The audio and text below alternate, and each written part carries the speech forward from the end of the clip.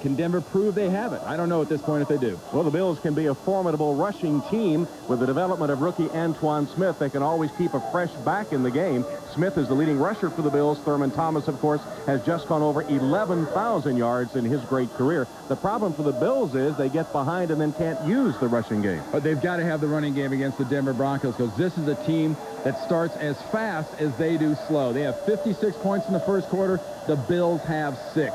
You've got to get out of the first quarter against the Broncos strong. You've got to be even. If you're in a hole, you're asking for serious trouble. And it remains to be seen if that rough trip in will affect the Broncos' play today.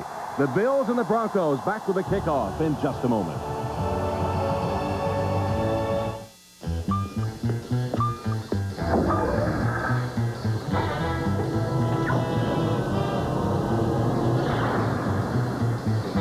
Sorry.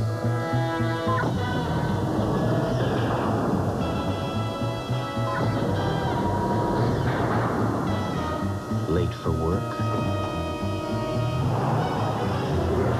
Try the new Accord V6 Coupe from Honda. When Olga Maslova wants to phone her husband, she gives new meaning to the words long-distance call. He works in a space station. Before you call or you fax or you internet, you need this, and this. It's a job for Siemens. We're experts in voice, data, video, all kinds of communications, anywhere on Earth. So why not above the Earth as well? So what is this, or this? We're Siemens. We can do that. Welcome back to Buffalo. Broncos win the toss. They'll receive. Steve Christie set to kick off for the Buffalo Bills. Vaughn Hebron awaits the kick. Hebron moves up, takes a short kick at the 9-yard line. Got away from one man and then fell down. So a good defensive play on special teams by Smedley, Eric Smedley. And now John Elway leads his offense onto the field. Elway needs 150 yards today to go over 50,000 total offense in his career. And don't forget the switch in the offensive line. Zimmerman moving to left tackle against the Raiders a week ago, with Tony Jones moving to right tackle. Terrell Davis, leading rusher in the AFC. Detron Smith starting today. Howard Griffith banged up his knee against the Raiders, inactive, won't play today. First down just short of the 20 for the Broncos. Terrell Davis, the lone setback. McCaffrey in motion. First down pass, a short drop. Elway on target to the 24-yard line. Shannon Sharp tackled immediately by Damian Covington. Formidable front three for the Bills defense. Hanson, Washington, and Bruce Smith tied for the NFL lead in sacks with 9. Bryce Popp also a formidable pass rusher. Spielman the leading tackler. Jeff Burris had some injury problems early in the season back at left corner. Vaughn Hebron in the lineup here now on second down for Elway. Hebron in motion. Backfield empty. Here's Elway to pass. Across the middle and complete. First down. Catch made by Dwayne Carswell. And Damian Covington again forced to cover the tight end. It'll be first down Denver. You know, Tom, you look at this game, the way it started offensively for the Denver Broncos, it's like they want a game to start. They've got their rhythm. They've got a real, cadence going with their offense. Bang, bang, bang. Last week, lots of yards, no rhythm, and no real ability by Mike Shanahan's offense to threaten consistently. Davis back in the game. McCaffrey, bottom of the screen. Rod Smith to the top. Davis bounces to the outside. Wrapped up after a gain of 3 or 4 yards. Jeff Burris first to arrive on the scene. There's Terrell Davis. One of the reasons he's had such a tremendous season has been the fact that he's not having the migraine headaches that have bothered him throughout his career. He comes in averaging 123 yards per game, which is tops in the NFL. One of the reasons that the migraines have gone, he hadn't had one since the San Diego game last season. He's wearing braces, which corrected his bite, changed his medication too. It's made a big difference. No more migraines. Elway with a fake to Davis. Finds Sharp.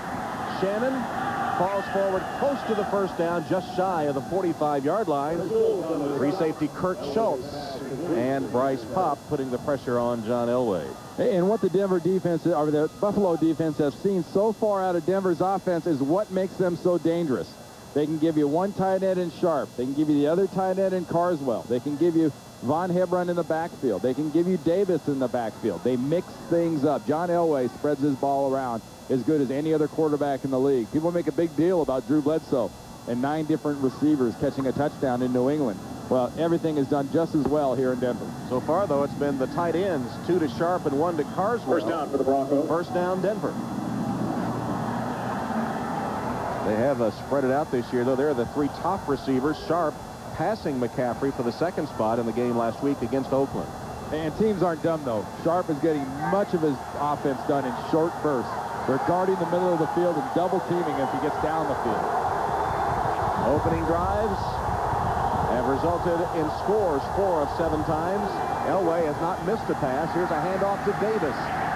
Dropped by Damian Covington. Covington made a nice play against the run that time. Well, this defense in general, especially the front 7, is the strength of this defense, and it all starts up front in the middle with Ted Washington, who went out of that game last Monday night against Indianapolis, got poked in the eye, and had to leave. But he's wearing a little bit of a visor deal. See the visor there around his helmet? That's all put in there just to keep the fingers out of his face mask. So I think they're nuts for sticking your fingers in any nose guard's face mask. You're liable not to draw back as many as you put in. I don't think I want to make Ted mad either. Second down play. Davis bouncing his way close to midfield. Davis up the Tackled again by Damian Covington. Covington in his 3rd season from North Carolina State. 3rd-round draft choice in '95 is the 2nd leading tackler for the Bills. Only had 4 career starts prior to this season. And he's very much the unsung inside linebacker for the Bills. Everybody wants to talk about Chris Spielman. Well, you know, Chris Spielman is a great inside linebacker, but Covington is, I think, in my opinion, a more sure tackler.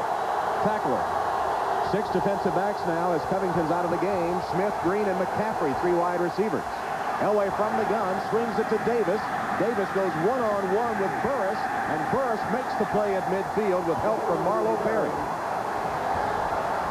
A big difference. A week ago, this offense of Denver's matched up man-on-man with Terrell Davis, saying, hey, look, you've got to beat the one guy. He made him miss 3 or 4 times. Jeff Burris concentrated like he should on that belt buckle, didn't watch anything else jiggling and wiggling, and made the tackle on the whole body. And now it's going to be Tom Ruin that'll wiggle it downfield to Burris, who is in punt receiving formation. There he is.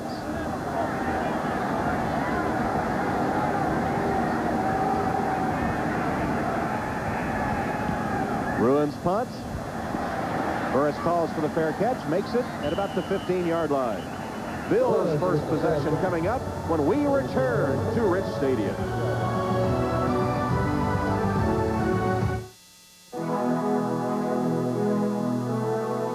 Budweiser withstood the test of time. It has over 120-year heritage. That heritage is there for one simple reason: because of the people behind the brand Budweiser, and most importantly, because quality was never compromised. Beer is like a food, and just like any natural food with no additives and preservatives, fresh food does indeed taste better. A beer is the best it will ever be when it leaves the brewery. You can look exactly at how fresh Budweiser is through our born-on dating system. It tells you when that product was made and how fresh that product is in the marketplace. There's a lot of pride and tradition in the beer business, and that's what we're about. We're about people, about families, and about selling the highest quality beer products in the world.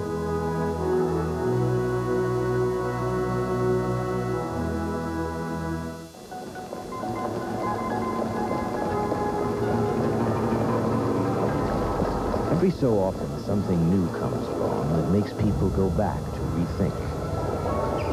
Go back to reconsider. Go back to the drawing board. Introducing the larger, more powerful Accord. An Accord like no other. From Honda. The NFL on NBC is brought to you by Brewery Fresh Budweiser, who reminds you fresh beer tastes better. By the 1998 Honda Accord, an Accord like no other. By UPS, the official package delivery company of the NFL. And by the Edge Pizza, new from Pizza Hut. Have you been to the Edge? Not too far from Niagara Falls, Orchard Park, New York. Tom Hammond, Randy Cross. Buffalo will begin this way with Jerry Ostrowski starting at his third offensive line position this season. Now at right tackle, Todd Collins, Thurman Thomas, although we'll see a lot of Antoine Smith today, and the incomparable Andre Reed. First down play, Collins, play action fake. Here's Eric Moulds, who is in on the first play at wide receiver, and a stop by Darian Gordon for very little gain. In fact, maybe a loss of a couple yards on the play. The Broncos defense was ready for that one. Smith and Traylor, the former Chiefs, Michael Dean Perry and Alfred Williams up front for the Broncos. Mobley, the young linebacker, leading tackler. Romanowski, the veteran. The safeties, Braxton and Atwater, got a little bit of a criticism for their run defense against Napoleon Kaufman last week. Collins goes down the sideline, incomplete for Moulds. Eric Moulds, the first-round draft choice of the Bills last year, somewhat of a disappointment so far in his career, and many thought he had a breakthrough game Monday night against Indianapolis. Well, he really did, and they involved him early, but Marv Levy points out very quickly he's a guy that, you know, got up to about 220 pounds, and they finally got him back down about 5 pounds to 215. They want him down about 210 to get that quickness and that quick burst and velocity back into his offense. So now from their 12, it's 3rd and 10 for Buffalo. They'll keep it on the ground to Thurman Thomas. And Thomas crosses the 20 to the 21-yard line. He will be short of the first down as Darian Gordon makes the tackle. But Thomas will give his punter, Chris Moore, a little room.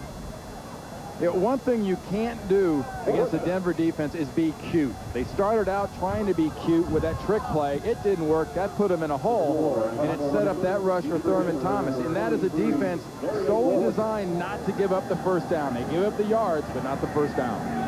See what Moore has done this season. Gordon awaits the punt. Gordon, of course, second in the NFL, averaging nearly 14 yards a return. This one ducks out of bounds, just short of the 35-yard line, where the Broncos will take over when we return to Buffalo.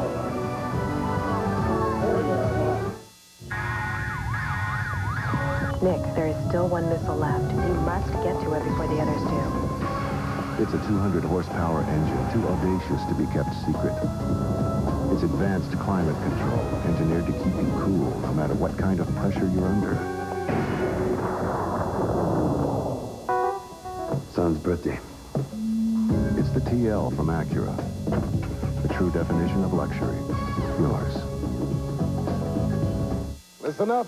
I have been to the edge and back, and I will tell you what I've learned. What I have learned is you don't need outer crust. Introducing the Edge Pizza from Pizza Hut. A new pizza with no outer crust, so the toppings keep right on going. Mushrooms keep on going. Pepperoni and sausages keep right on going. I have been to the edge and back. Join me. 16 pieces of pure pulchritudinous toppings. Have you been to the Edge? John Elway and the Broncos ready for their second possession of the game. You know, John Elway is a quarterback. When you game plan for him, you've got to take a lot of things into consideration, but I've got some Elway rules.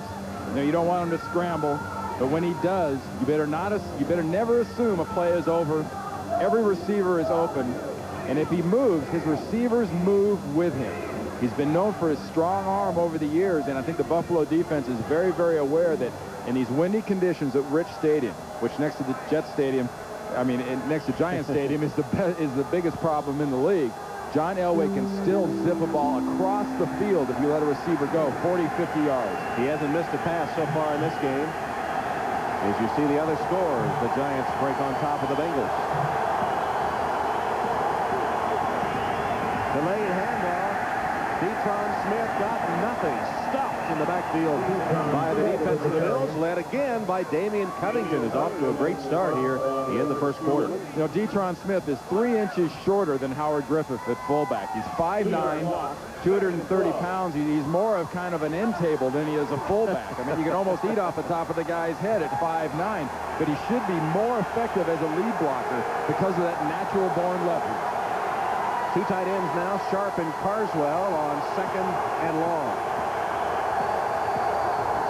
short drop by Elway. Rifles it complete to Sharp, and Shannon falls forward for a first down. It will be close anyway.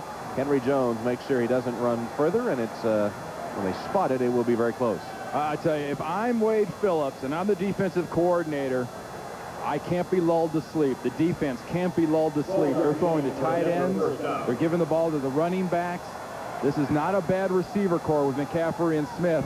And Wade Smith, the defensive coordinator of the Buffalo Bills, knows full well you cannot rest a second, especially on the backside of a play with a guy like Rod Smith. And a bit ironic that Phillips, who formerly was the head coach of the Broncos, saw John Elway firsthand up close, now has to try to defend him. Elway misses his first pass intended for McCaffrey. Jeff Burris hit him hard, and Elway went down in the face of the rush from Bruce Smith. Well, anytime you see John Elway in the pocket like he was there, you see him patting the ball, you hear pat, pat, pat. That's because the receivers down the field are covered.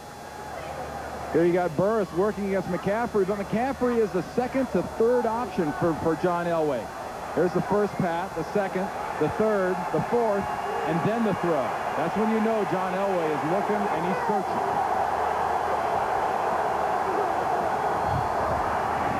Davis has a first down, beats Schultz down the sideline all the way to the 22-yard line of the Bills. That was a mismatch as Kurt Schultz could not make the play on Davis. And this is purely designed to take advantage of the quickness of Davis. Just flip it out quick, get a great lead block outside on a pull by Zimmerman, the left tackle. And now it's just that burst. This offense and this running back Davis did not have that burst last week against the Raiders. Closing in on 1,000. That one covered 29 yards for Davis. Split backs here, Smith and Davis.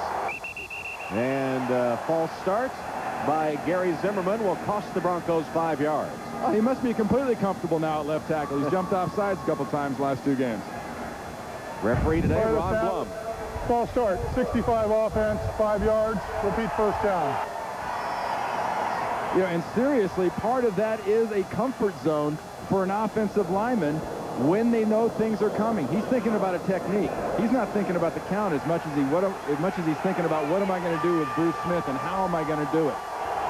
That'll make you do a lot of funny things thinking about Bruce Smith.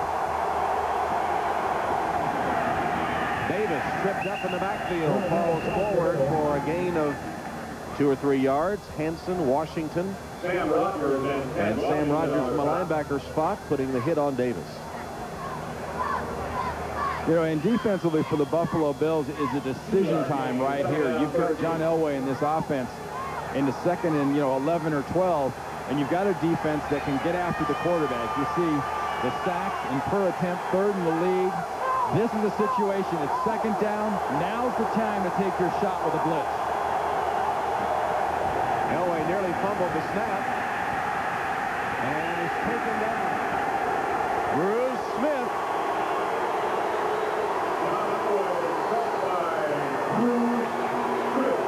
And Smith will save the football. Why? That's his 10th sack, and he becomes the first player in NFL history to have double-digit sacks in 11 seasons. And he does it, it's the persistent sack. It's not a talent sack, because Zimmerman does a nice job of blocking him initially, but as any offensive lineman will know, and most fans, once you lose the guy inside and the quarterback runs, you have no control. And there it is, the first player in NFL history, 11 seasons with double-digit sacks, 150 for his career, second all-time. Davis behind a convoy of blockers, cutting back to the 20, and wrestled down there by Marlo Perry. Bruce Smith talking yesterday about this milestone, saying it would be very significant. You saw him immediately take the football to save.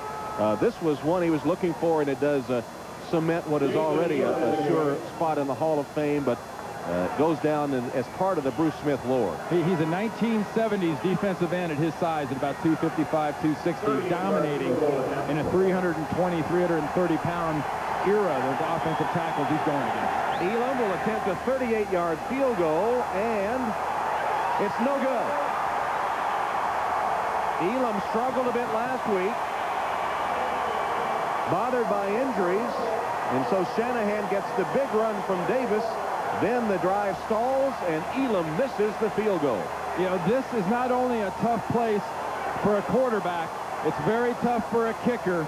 Wade Phillips, the coordinator, knows you get a kicker in here, he's having a bad time, the wind will keep him having a bad time.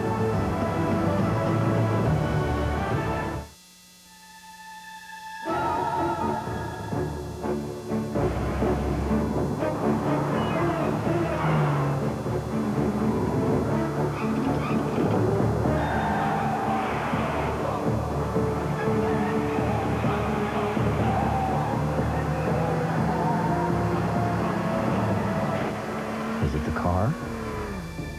Or is it luck? The Prelude from Honda. Canon's Multipass C3000. It faxes, copies, scans, and prints color images so realistic you can taste it. Well, practically. Mr. Dave Thomas? May I approach the bench, Your Honor? According to our records, you haven't tried our new pitas. I guess I'm guilty. Come try Wendy's delicious fresh stuffed pitas today. These are great. You know Charlie Small. I do. He should be back in 2 to 3. The working definition of sportsmanship. Are those deer antlers? Stag, actually. Bagged it myself. What do you use? Chrysler LeBaron. Working NBC Wednesdays. Next Saturday, all hands on deck as Autry Denson and the Fighting Irish of Notre Dame host the Midshipmen of Navy. Next Saturday at 1:30 Eastern on NBC. Bruce Smith, painful knees and all, and the Buffalo defense with a big stop, turning the ball over to their offense. We asked Bruce about his knees. He said, will you have surgery? He said, the day after the season is over. Follow the NFL season online at NBCSports.com this week. Gil Brandt previews the field for Rookie of the Year honors and points out the biggest plays of the season. This week's poll asks, who's the coach of the year at the halfway point of the season? All at NBCSports.com. And one of the candidates is in the backfield right now for the Bills. That's Antoine Smith at running back. And on the reverse, Eric Moulds. And Moulds chased out of bounds after a gain of 8 or 9 yards by Tim McKyer and Darian Gordon. Now, a play like this for the Buffalo Bills is used because of the reaction time and the speed of the defense for Denver. One of the quicker defenses in the league, and you know they're going to bite. And anytime you run a reverse, anytime you run a trick play, you get 4 yards or more, it's a success. It goes into the other coordinator's computer bank upstairs, and you got them thinking about it. That one covered 9. Here's Antoine Smith, dropped. And right now, let's go back to New York. Greg Gumbel has an update for us. Greg? All right, Tom, at Washington, Gus Farad has answered a Vinny Testaverde touchdown pass with one of his own. 15 yards, Leslie Shepard pulls it in just in bounds with the extra point. The Redskins and the Baltimore Ravens are all tied up at 7. Tom Hammond, back to you. All right, thank you, Greg. And here in Buffalo, we are tied as well, scoreless, as they will measure for the first down. Antoine Smith dropped nearly in his tracks by John Mobley. He only needed a yard. And he got enough. And we talked about the need to get off to a good start, an effective start. Part of getting off to a good start is keeping Mike Shanahan's offense off the field and off the scoreboard. And Marv Levy's offense right now is doing what they now do best. And that is being very vanilla, very consistent, nothing flashy, but not making mistakes. This is a guy that goes nuts about turnover ratio. They're minus 12. Todd Collins overshot Lonnie Johnson, who went upstairs to make the catch. It'll be little or no gain. Tyrone Braxton hit him immediately. And Marv Levy saying this was not an explosive offense, as you noted, Randy. And one of the reasons he said that he thinks that they have not been able to score early is it's an offense that lacks confidence. They've had a lot of changes in the offensive line. Todd Collins is just starting to feel comfortable as Jim Kelly's replacement. And the takeaways, the turnovers have been a problem. As you said, minus 12. Their defense is just not getting any turnovers. Collins got away from the rush, flags down as he throws it away. Lonnie Johnson working against Darian Gordon on a corner blitz did the smart thing for an offensive player. He just flat out grabs Gordon by the jersey and says, you aren't hitting my quarterback. I'll take the 10 yards.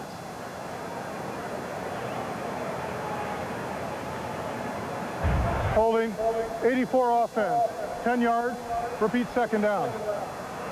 And really, why do you say that, Smart? Watch how free Darian Gordon come from the left side of your screen is. 23. Lonnie Johnson sees. He reacts. Darn near rips the 2 off the back of the jersey for the 23 there off Darian Gordon. But, you know, it is. It's intelligent. If you're going to make a mistake and you don't pick up the guy where you're supposed to, at least come back and prevent a big play, a possible turnover on a blindside hit. Now it's 2nd and 19. Collins protection this time and right through the hands of Quinn Early. He'd beaten Tim McKyer. He had a big chunk of yardage. Collins put it a little high, but it's a pass that Early should catch. Oh, absolutely. He handled this pass much like the Buffalo defensive backs have handled their interception attempts. The ball's where it should be. The hands are where it should be. The fingers aren't where they should be because they should be around the ball. Something wasn't there. Collins has hit 2 of 4 for a -3 yards. Delayed handoff. Antoine Smith nearly broke free. Caught by the ankles at the 35-yard line by Mobley.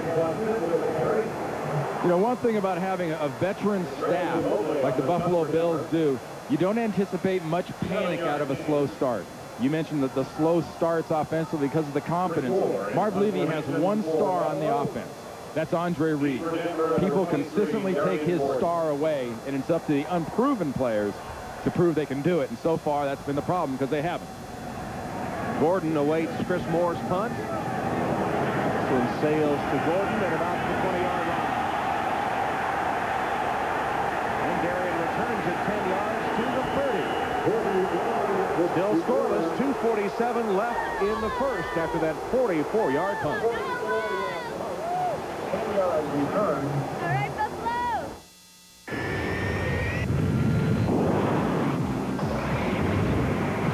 This is the sound of commitment. The planes, trucks, and people of UPS in action, giving you more on-time delivery options than anybody else. Whether it's same day, overnight, 2-day, 3-day, ground, international. In other words, whatever you need to move your business. Thanks. UPS, moving at the speed of business. Nick, there is still 1 missile left. You must get to it before the others do. It's a 200-horsepower engine, too audacious to be kept secret. It's advanced climate control, engineered to keep you cool, no matter what kind of pressure you're under. Son's birthday. It's the TL from Acura. The true definition of luxury. Yours. Scoreless at the 2:47 mark, first period in Buffalo. You've heard of keeping up with the Joneses. Well, it's the Smiths that are the forces here. 2 of the best defensive players in the NFL history squaring off today. Former Kansas City Chief, now Denver Bronco Neil Smith, and the incomparable Bruce Smith of the Buffalo Bills coming into today. Here's where they stood. Smith already has a sack to reach 150 in his career, trailing only Reggie White. And there's a look at Neil Smith taking a breather now with the Broncos offense on the field. Hey, Neil Smith, for my money, has to prove he can function without Derek Thomas on that outside of him as well as he did in Kansas City in Denver. He has not been the physical dominating force he was in Kansas City so far. And you know, what else can you say about this Smith, Bruce Smith? He has been the physical dominating force. Neil on the season with 4.5 sacks coming into today. Now 10 for Bruce Smith.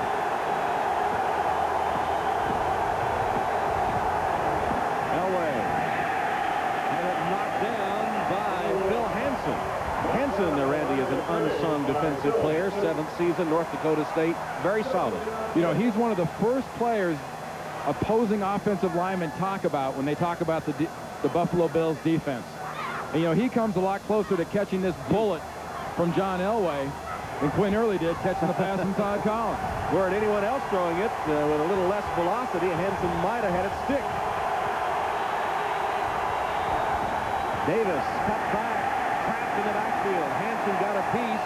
First man to hit him, though, was Gabe Northern. Spielman was there, too. Yeah, one thing I love about this Buffalo defense is just their pride. A lot of veterans, a lot of Pro Bowlers, and they know darn well what the key to the season for the Buffalo Bills is. The key is the defense has to keep them in every single football game. Chris Spielman, 84 tackles. He had 14 Monday night against Indianapolis in a game that the Bills won barely thanks to their defense. Their offense did nothing. 3 field goals.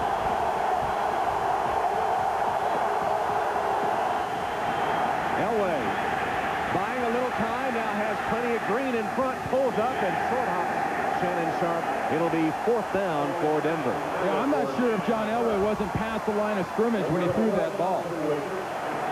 You know, because the point of the line of scrimmage was just past the 30-yard line. Now watch where John Elway goes.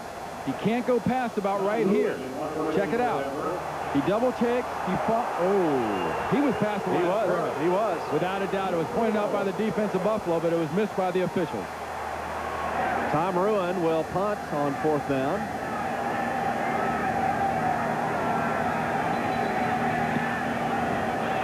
Low, short punt. Jeff Burrs lets it bounce. It takes a good Denver bounce. And will be downed at about the 24-yard line by Dwayne Carswell. 45-yard punt with a good roll. You know, John Elway last week rushed for 48 yards, his highest total of the year. And here he is getting this thing and letting it go. And that ball is on the 29-yard line when it's released from his hand, and that is past the line of scrimmage. And, you know, obviously, earlier in his career, running was a real option. Right now, I think running is more of a necessity, something that has to be done. You saw there the hesitation at running. He leaves the running to Terrell Davis these days. 1:45 left, first quarter. Buffalo still has not scored a touchdown in the first quarter this season. Todd Collins completes the pass. And diving for a first down, Andre Reed with his first reception of the season. Andre Reed passing the 800 reception milestone against Indianapolis. He's the 4th in NFL history with that many. Well, I told you, this is the star of this offense. Defenses want to take him away. He's going to catch a zone there. That gave him the room up front, and that fight at the end is one of the reasons he's a star. Thurman Thomas, another star, gets only a couple of yards. John Mobley throws him back. By 51, John Mobley. Next Saturday, it's the return of the NBC Saturday Trilogy with 3 amazing shows. First, The Pretender is back. Then the newest thrill, Sleepwalkers, followed by the return of Profiler. NBC Saturday Trilogy next Saturday on NBC. Collins sacked. Traylor will get the sack. Keith Traylor, his second sack of the season. Well, what happens here is you got your basic jailbreak. Keith Traylor and Harold Hasselbeck, number 96, coming from the middle of this offensive line. Just comes straight through. I noticed I didn't say defensive line. I said coming from the middle of the offensive line because the offensive line wasn't where it was supposed to be, which is in front of Traylor and Hasselbeck. 20 seconds left in the quarter. Collins. Just tripped up. That's Neil Smith. Just got a hand to trip up Todd Collins. You know, that play right there, Tom, they ran this numerous times against New England with a play action, trying to fool the defense it was a run.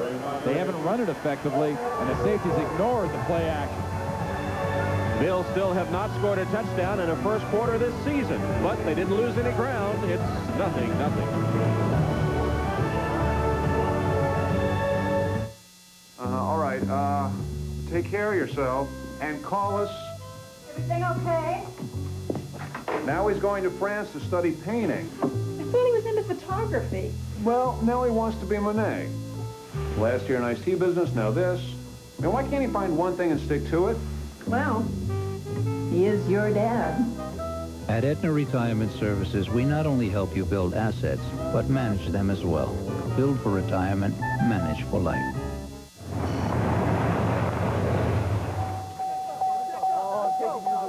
Hey, Joey, light up the court. And hit the radio.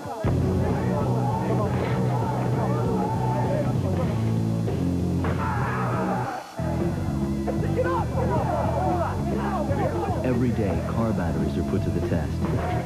And every day, America's most trusted lives up to its name. Die Hard. Tried and true. Tom Hammond, Randy Cross in Buffalo after a scoreless first quarter. The second quarter will begin with the Buffalo punt. The offense of the Bills continues to sputter. Kept in the game by their defense. It's a familiar refrain for Buffalo fans. Well, definitely. You know, I mentioned it last week when they played Oakland.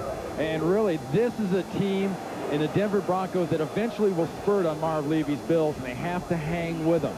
Another thing they have to do is a young quarterback like Todd Collins has got to have some options. He's going to get pressured. He's going to be fooled, and they're going to be covered. He's got to have other options and things to do. You saw Johnson, 84, the tight end in the front of the screen there. He's got to have that option of dumping that off and not having to try to spread a little mustard on that football and eat it. Chris Moore ready to punt. Darian Gordon, who spent the last series on the bench, not in the secondary, is back to return this punt. Will fair catch it and makes the fair catch at the 40 or 39-yard line of the Denver Broncos. And as John Elway trots to the field, we'll trot to New York and join Greg Gumbel for an update. All right, Tom, it's St. Louis, the Battle of Missouri. The Rams had gone 10 quarters without an offensive touchdown until this one. 13 yards, Tony Banks to Isaac Bruce with the extra point. St. Louis with the lead on Kansas City, 7-3. Tom? All right, Greg, good news for Denver Bronco fans as the Chiefs behind early. Their team, the Broncos, scoreless tie with Buffalo. Terrell Davis. 3 yards. Damian Covington again on the tackle for Buffalo. Covington, the all-time career tackle leader for North Carolina State. Twice was All-Atlantic Coast Conference. Also was on the wrestling team with the Wolfpack. And in fact, in his high school days in New Jersey, was a Prep All-American wrestler and New Jersey Wrestler of the Year at Overbrook High School. He's got that kind of wiry snap-on-you strength, too. Elway. A gunshot complete to Rod Smith and a fumble, and the Bills have it. And then they fumble the ball. Out of bounds. Whose will it be? Denver. And now they're going to discuss it. Keep in mind that the Bills have not recovered a fumble all season. And did such a wonderful job of punching that thing out of Smith's hands and getting the recovery. Thomas Smith has it and then can't hold on to it. The question is not only who had it, but where was his body as he recovered the ball on the sidelines. A lot of the times the player will get it, but part of his body will be laying out of bounds when he does get it. The Bills have such an aggressive defense, it's almost incomprehensible that they haven't recovered a fumble all season and may still not have.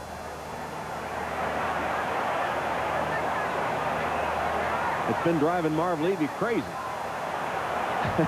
And there's really not much you can do about it. It's not like something you can, I'll solve it by doing X or Y. I mean, this is just something, one, holding on to interceptions, and two, causing fumbles.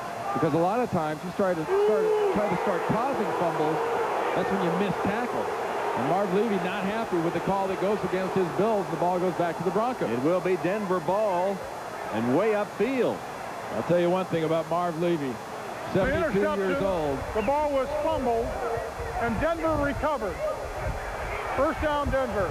All right, here's Rod Smith. You'll see the fumble. Ball poked out from behind. Now you're going to see Thomas Smith get it. McCaffrey pokes the ball out. McCaffrey crawls over the top, and he gets it. The ball did pop back out, but at no time it looked like his body was ever out of bounds. Here you'll be able to really see the body. Smith, ball out. He had the ball, and he was inbounds. Denver ball, first down run, Terrell Davis. 2 yards. The Buffalo defense this last couple of series led by Phil Hansen playing the run tough from Davis, and Marv Levy is so frustrated about the fact that they cannot recover a fumble. Perhaps the old adage, maybe Smith should have just fallen on it, but he saw a chance to gain some yards and try to pick it up. They remain the only team that has not recovered a fumble. But I'll tell you, Tom, This defense has not recovered a fumble, but if this defense wasn't as good as it is, this would easily be an 0-17. It would be challenging for the worst team in the league.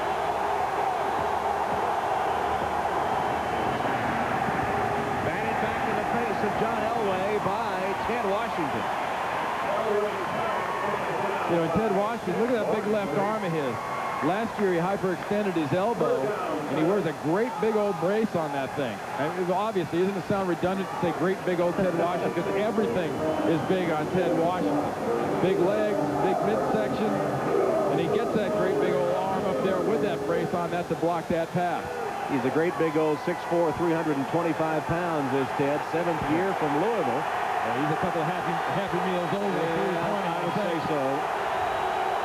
6 defensive backs on now. 3rd down and long. Elway, you see for the day, twice has had passes knocked down. Elway steps up. Partially deflected and picked off. Intercepted by Manny Martin. And Martin brings it back to about the 16-yard line where he's tackled by Ed McCaffrey. Tom, remember I talked about rhythm and being able to get into a rhythm? That was a late snap. The whole play, the timing was off. The ball was tipped, and an Elway interception. His 6th of the season.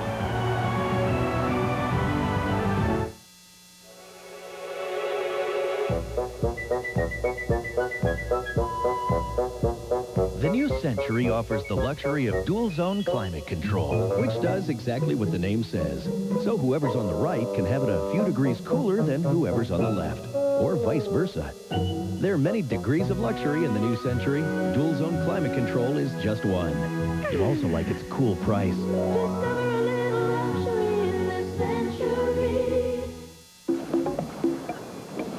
We were on vacation. Oh, your sunglasses. When we realized we were sitting on a gold mine. Rubber sunglasses. Too bad none of the stores saw it that way.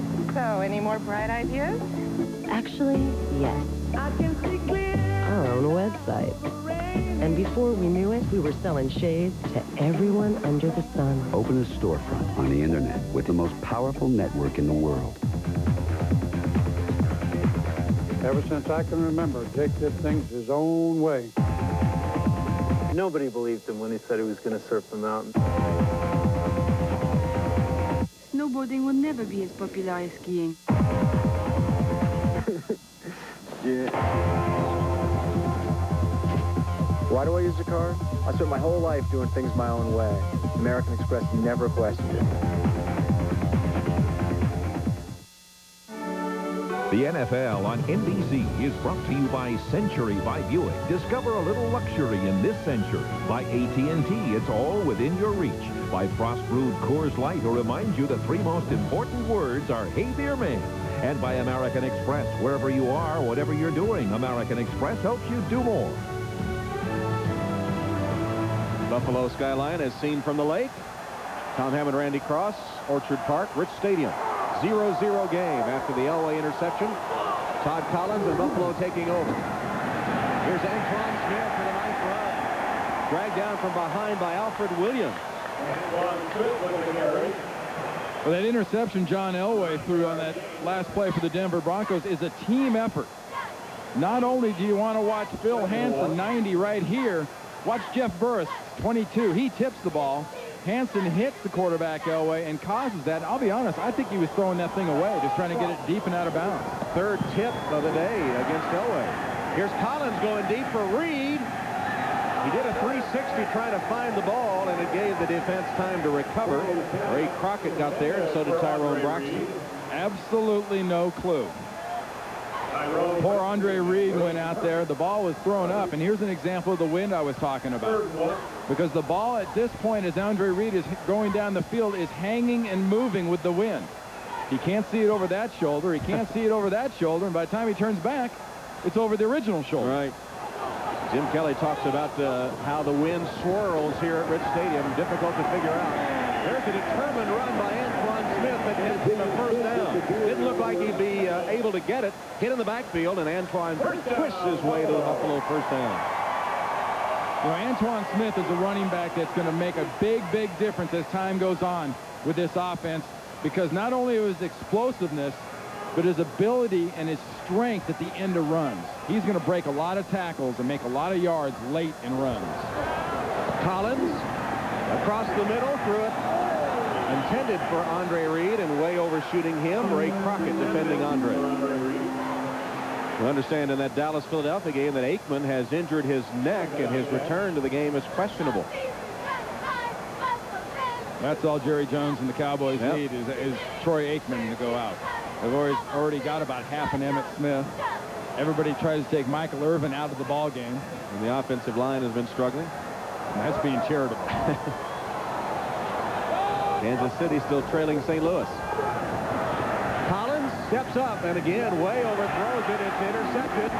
Intercepted by Tyrone Braxton. He was just playing center field, waited for the pass to come to him, and it homed in on his hands. There is a penalty marker down. Collins is off to a rocky start. You know, that one right there is a combination of a hit and bad mechanics. 70 offense. Penalty is declined. Watch Collins be hit down low. And then no follow-through. Quarterbacks have got to follow through, especially with this kind of a wind. That ball floats on him. Bad for Collins, perfect for Braxton.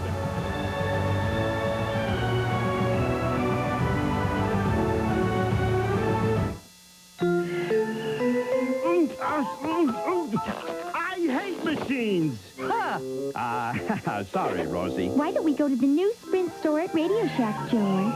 They have Sprint's easy-to-use products. And the know-how of Radio Shack. They even showed Astro how to use his mobile phone. They could even help you, Mr. J. Astro has a mobile phone? Well, oh, Rhonda. The new Sprint store at Radio Shack. You've got questions, we've got answers.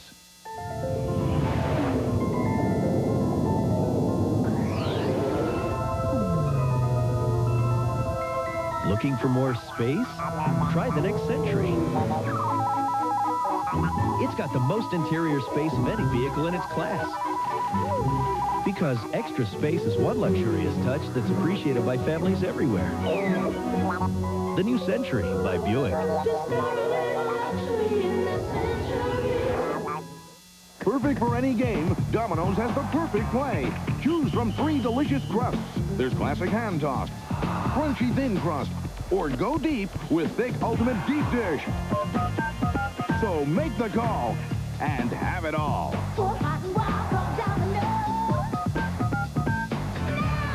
Call now, and you can enjoy delicious Domino's pizza during the game. And why not add some of Domino's spicy buffalo wings or steaming hot breadsticks? The Cleveland Indians. 3 times this postseason, these underdogs have had to win when it counts. Now it's all on the line again. The Florida Marlins.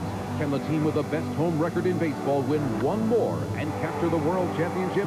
A do-or-die World Series Game 7. Tonight, following football on NBC.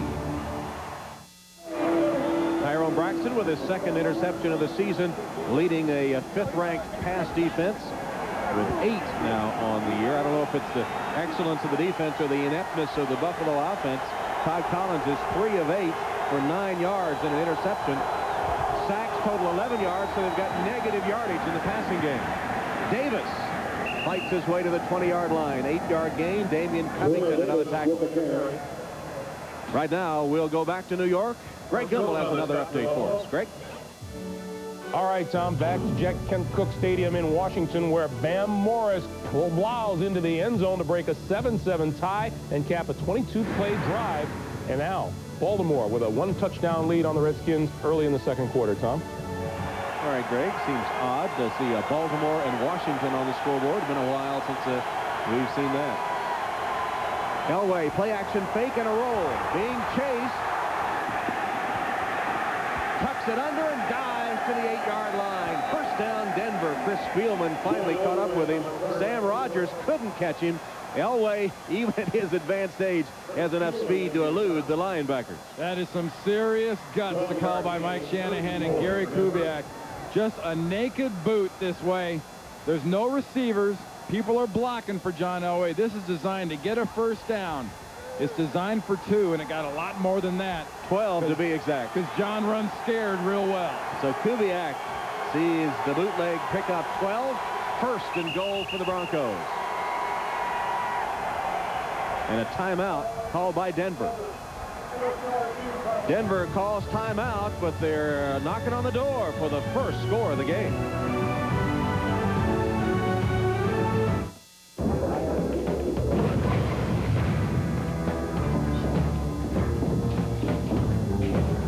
Oh, free beer. I gotta warn you, boys, those seats are taken. By us. Okay, I warned you. Excuse me, those are our beers. Excuse us. We should have known these were yours. You being that rugged outdoor type and all. Shit, couldn't you see him hiking through the Rockies, climbing snow-capped peaks like some great American hero? Who do you think you are, John Wayne? No, that would be me. Yeah, right. I'm Ben Cartwright. No, he's over there. Anything we can do for you? We was just about to buy a cold one for the Duke. Well, don't make a point of saying that too often. And once more will be too often. Coors Light for the house! Like this little fracas is about over. You're buying a car. You know exactly which cars you want and which cars you don't want. But there are still cars out there that you don't know that you do want. Recently, Oldsmobile has come out with so many new models, they might not be on your list yet. They should be. So before you buy, find out all you can. Come to Oldsmobile's 100th anniversary premiere and drive them. Find out. Coming up next, Game 2 of our NFL on NBC doubleheader. The Jaguars, the Steelers. Mark Brunell leads Jacksonville against Cordell Stewart and Pittsburgh in this fight for first in the AFC Central. Or Napoleon Kaufman and the Raiders face the Seahawks. Or regional action, the NFL on NBC next. Bruce Smith in the defense trying to keep the Broncos out of the end zone, and thank goodness for Bruce. Makes a pretty good hood ornament there too, doesn't it? Thank goodness for their defense, because the offense is in its 10th straight quarter without a touchdown. Scoreless here in Buffalo, but first and goal for the Broncos. Elway's pass off the hands of Terrell Davis.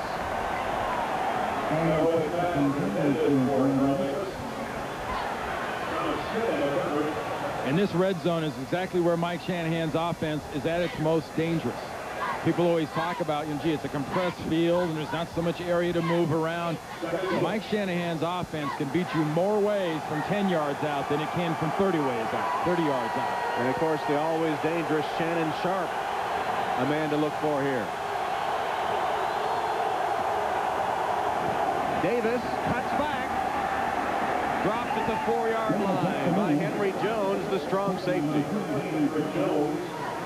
And the new weapon in this offense is Terrell Davis, and this move, the cutback, because of the job on the backside done by the blockers. Mark Schlereth does a great job on Spielman, 54, the inside linebacker, and Terrell Davis has that burst and that acceleration when he cuts back. 11 carries, 66 yards for Davis.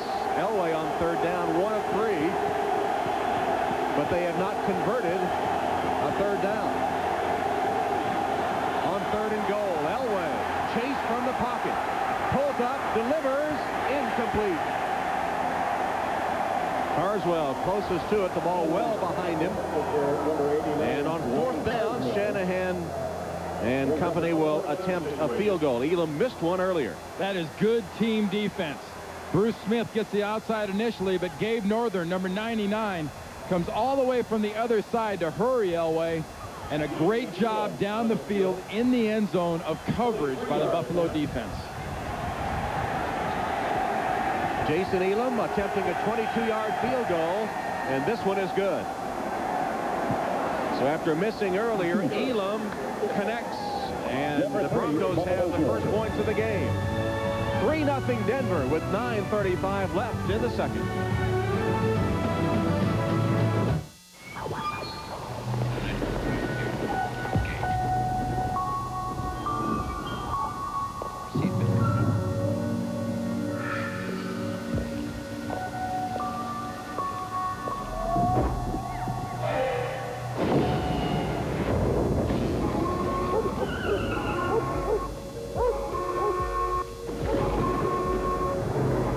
all-new Intrigue, a sophisticated twist on a sports sedan. Most low-priced computer ads include legal type, like this, to let you know about all the wonderful things you won't be getting with your computer. Now this system includes everything you need to get started. Printer, monitor, and software. It's only $14.99 plus shipping and tax. And best of all, it's from Gateway.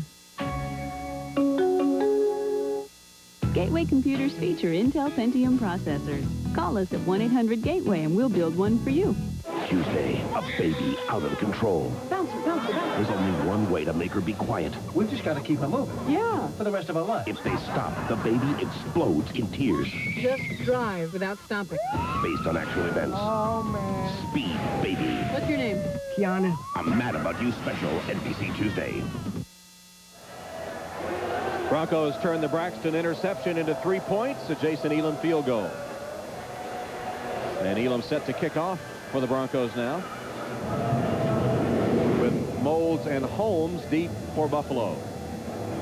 Hey, as good a job as this Buffalo defense has done, frustrating John Elway and the Denver offense, this Buffalo offense has got to find a way to hold on to this ball for a while and keep this defense off the field.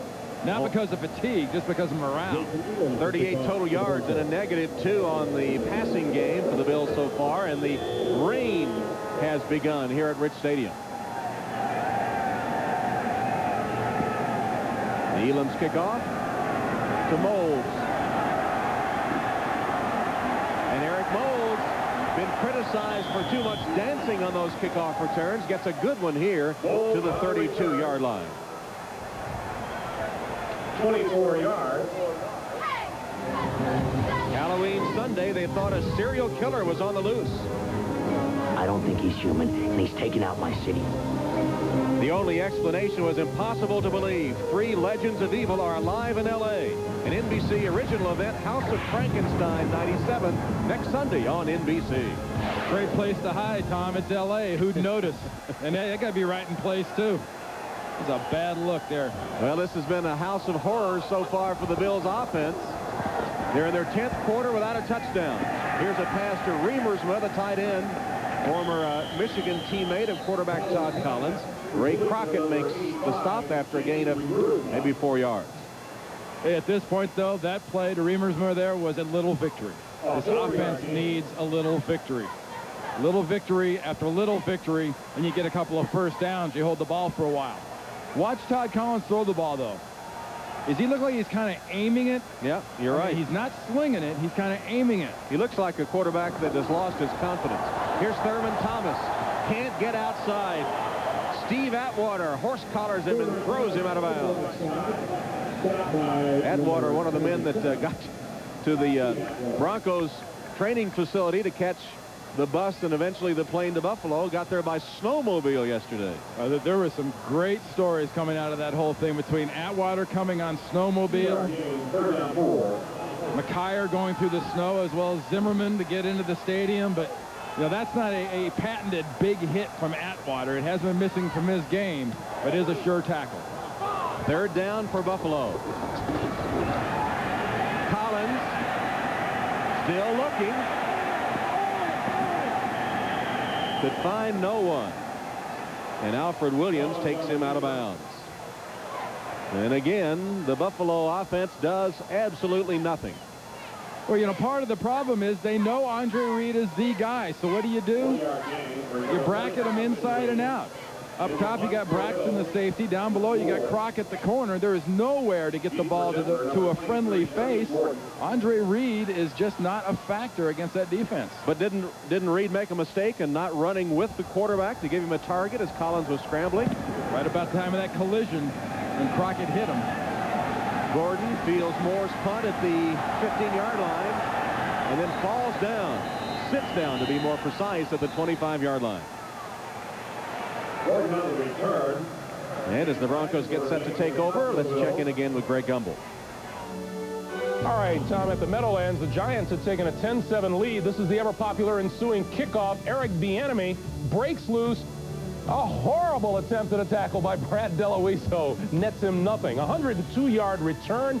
That's a franchise record for Cincinnati. The Bengals regain the lead on the Giants. 14-10, second quarter, Tom. for Colorado Buffalo with the kickoff return. Lighten up, Greg. Greg's starting to dog the kickers now. Pitch to Terrell Davis. Beautiful tackle right at the 25-yard line. Chris Spielman, leading tackler for the Bills, the former Detroit Lion, who spent 8 years in Detroit, all 8 as their #1 tackler. And this is a 3-4 defense designed to let those inside linebackers run to the ball. And especially when you've got a nose tackle like Ted Washington who can eat up blockers. That lets Covington and Spielman go where they want. A late Dawson reception has given Kansas City the lead over St. Louis. Davis set up a 3rd and long for the Denver offense. There's Damian Covington with help from Ted Washington. Credit for the stop. Well, it's a nice job by that whole defense of maintaining their gaps and getting to the ball. Watch Ted Washington, 92, down the line, maintaining his blocks, getting there. He and Covington make that tackle. I mean, that is what defenses do against Terrell Davis if they want to stop the cutback. Stay in your lane. Detron Smith in the backfield with Terrell Davis.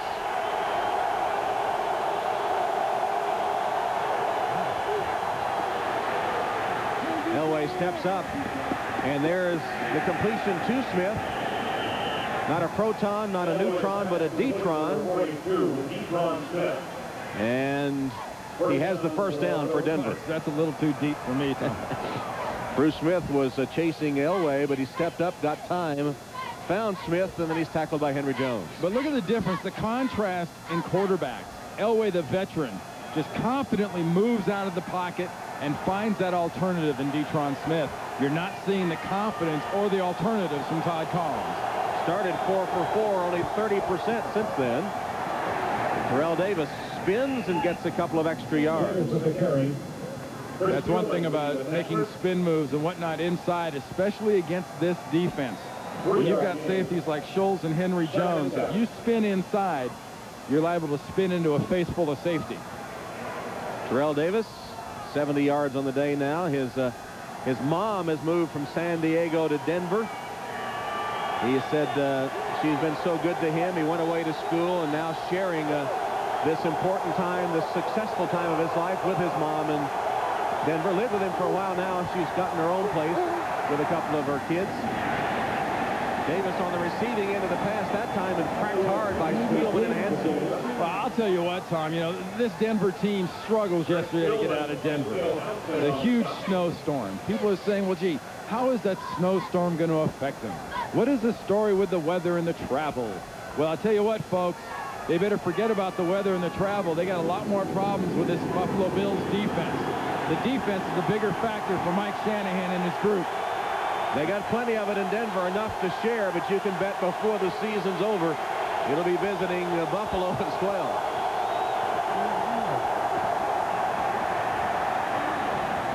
Davis all by himself on the reception. Terrell Davis stutter steps his way to the 34-yard line of the Bills. Run out of bounds like Thomas Smith. Terrell Davis, dangerous as a receiver as well as a runner today.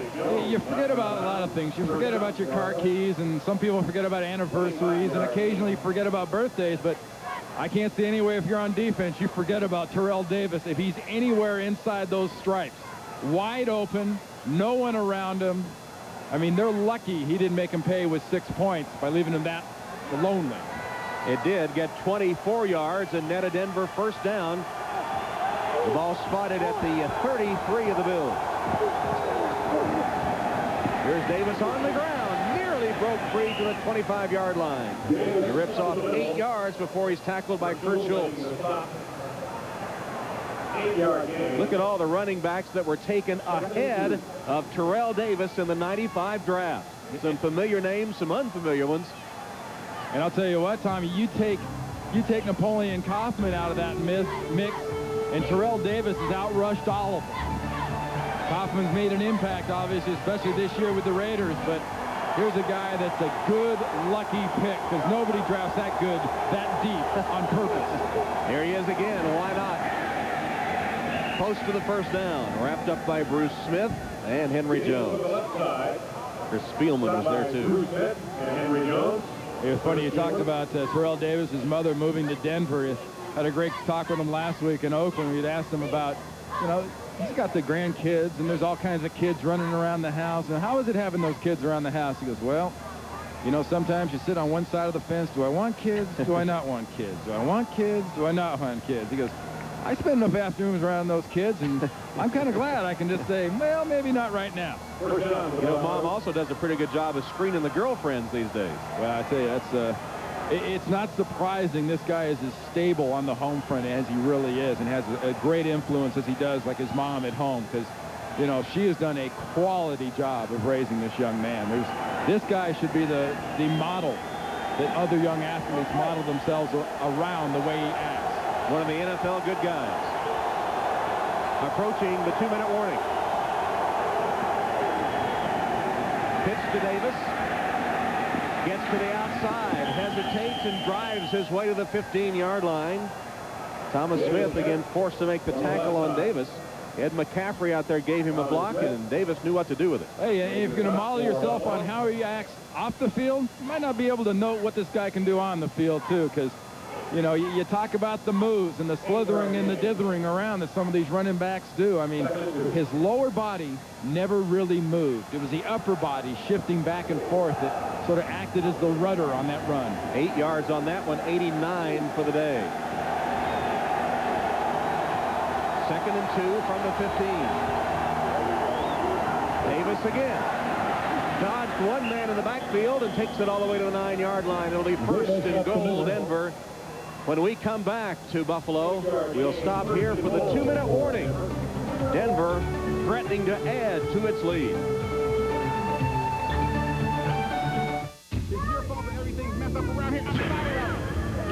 It can happen in any home and in any neighborhood. It's domestic violence. I'm Steve Atwater of the Denver Broncos, and this is my wife, Letha. The NFL and its players are concerned about the problems of domestic violence. That's why we're United Way volunteers working for the Safe House here in Denver. United Way supports more than 1,000 centers like this one here in Denver and cities across the nation. The NFL, the United Way, and you, the power of teamwork. Here it comes. Good morning, men. You are the top high school football coaches in America. You understand that football is more than a game. It's a test of dedication and heart. Football is a test of character. And when an athlete leaves your program, Coach Wallace, he may not be a great player, but you have made him a great person. I offer you my highest compliment. Hats off. The NFL congratulates Jimmy Wallace, Jeff Burris, his high school coach. Now, if I can just get you to dress right. 2 minutes left in the half, 3-0 Denver. Well, last night, Cleveland pitcher Chad O.J. was the unlikely hero at the plate. And he lines the ball into right field for a base hit. 1 run home. Second man being waved in. The Indians are in front 2-0. And don't miss the ultimate Game 7 in the World Series tonight following football here on NBC. Yeah, I like the Cleveland Indians to be the first team since the Pittsburgh Pirates of We Are Family and Willie Stargell and the guys to be down 3-2, go in the other guy's house and win those last 2 games for the World Series title. It's something in me just wants Cleveland to get a title. Maybe it's the old major, you know, the old major league films or something. The way the series has gone so far, though, it doesn't bode well for the Miami. Yeah, the Marlins. They've alternated victories, so the Florida Marlins, it's their time tonight. We'll see. Incidentally, it's Cleveland Brown Day here in Buffalo, and some of the Cleveland Indians fans are here. Terrell Davis for the touchdown. A mile-high salute from Buffalo after a 9-yard jaunt by Terrell Davis. You know, this is a combination of some real good blocking, some real good running, and a whole lot of want to. Because here's the good blocking up front. He's got the hole. There's the good running, and here's the good want to. Because that last yard is all Terrell Davis just saying, I want in the end zone. And that 9-yard touchdown run puts him over 100 for the first half as Jason Elam tacks on the extra point. Terrell Davis was the workhorse on that drive, both on the ground and through the air, as he scores his 9th rushing touchdown of the season. And this Buffalo defense has really been strong most of this half. But against Terrell Davis on previous plays and right here on that play, they were a victim of a good offensive line and the best young running back in the NFL. Denver players are not real happy about other players around the league stealing their salute, especially Tim Brown last week of the Raiders made a clutch catch on 3rd and 10 or 3rd and 12 to seal that game and got up and immediately saluted Tyrone Braxton, the safety.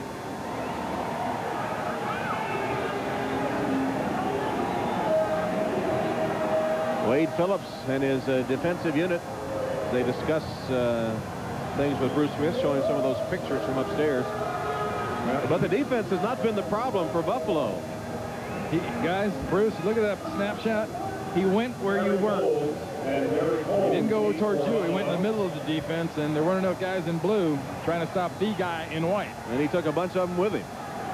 11 plays, 74 yards. Here's Elam with the kick. Eric Moles dropped at the 25-yard line.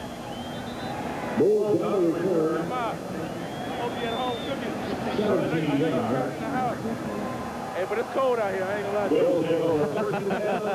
Those are his over 100-yard rushing game so far today. Another 104 yards. But Tom, he mentions, hey, Mom, I hope you're home cooking. You know, they had kind of a buffalo wings and sandwiches dinner last night when they got on here at 1 o'clock. They ate airplane food last night. Kind of a quick meal tonight. So, Mom, I hope you are cooking, because he's going to be ready for some good hot food when he gets home. If he can get over there. Todd Collins, first down pass. He continues to play tentatively. Eric Moles was covered. He threw it at his feet.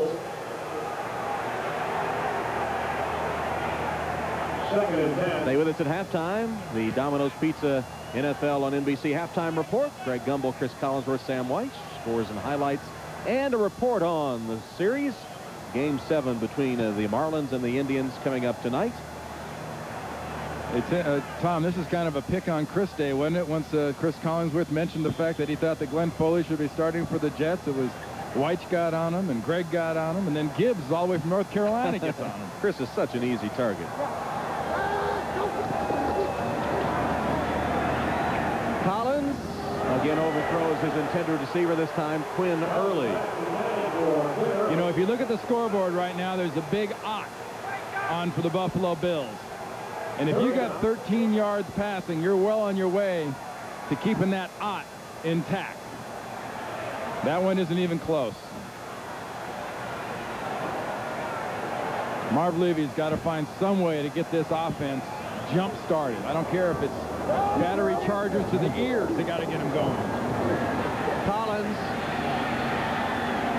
somehow got away and completes the pass to Early, but short of the first down. Stop me if you've heard this one. The Buffalo offense is awful. Chris Moore to punt. I've heard that one a little bit more often today, but you know, that replay right there, or that play there by Todd Collins running around, looked like something out of the Three Stooges. I go to my left, I go to my right. I expected to hear the old Curly.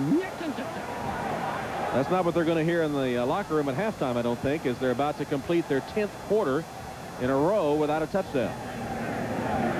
Chris Moore. Line drive to Darian Gordon. At the point of attack, he somehow got free, but still didn't get much of a return. Sam Rogers on special teams after that 40-yard punt by Moore. Do you think that Todd Collins should stand in the pocket a little longer? He looks like he's awfully quick to come out of there. He had Andre Reed open last time. Well, he's getting a lot of pressure. And keep one thing in mind, Tom. We're seeing Andre Reed standing all by his lonesome on the Denver sideline. Todd Collins is running for his life on the other side of the field. He's got a better chance of spotting his mom in the far stands than he does spotting Andre Reed on the field by himself. So Reed, too, is giving up when he should have been moving to give Collins a target. He was just standing there watching the play. Terrell Davis. Davis up the middle. Covington and Schultz after a gain of maybe 6 yards for Terrell Davis, who has become unstoppable here lately in the second quarter. Made some key receptions as well. Timeout, Denver. See, you got John Elway and Terrell Davis and the tools they have on offense, and Mike Shanahan over there talking to both his stars on the sideline. You had best, if you're Buffalo's defense, tighten it up right here. Because this offense, heck, a minute and 16 seconds, your offense can get the ball back with a minute left in the half. Because they can score on you in a heartbeat. Don't stop attacking. Don't start putting the pressure on John Elway, worrying about Terrell Davis. Wade Phillips has done a good job in this first half of keeping that Denver offense under control, but things starting to unravel as the defense has spent most of the first half on the field. The Buffalo offense unable to get a thing going. And the string that unraveled the mess so far has been wrapped around number 30, Terrell Davis. Broncos have one timeout left, as you saw. Elway with no pressure now, chased from the pocket. Good coverage downfield with the Bills because Elway had time initially before the protection broke down as Phil Hansen finally got a little penetration. Well, I got to tell you, there is no quitting Phil Hansen. Phil Hansen gets out there, and he is not going to stop until he sees John Elway completely off the field. I'm not talking about part way. I'm talking about all the way. Phil Hansen at the right defensive tackle right there. Watch Hansen at the end of the play. Elway knows he's going out of bounds. Hansen's going to be absolutely positive. That's a smart play by a defensive player, knowing Elway can still make a play late in a run like that. Here's 3rd and 5.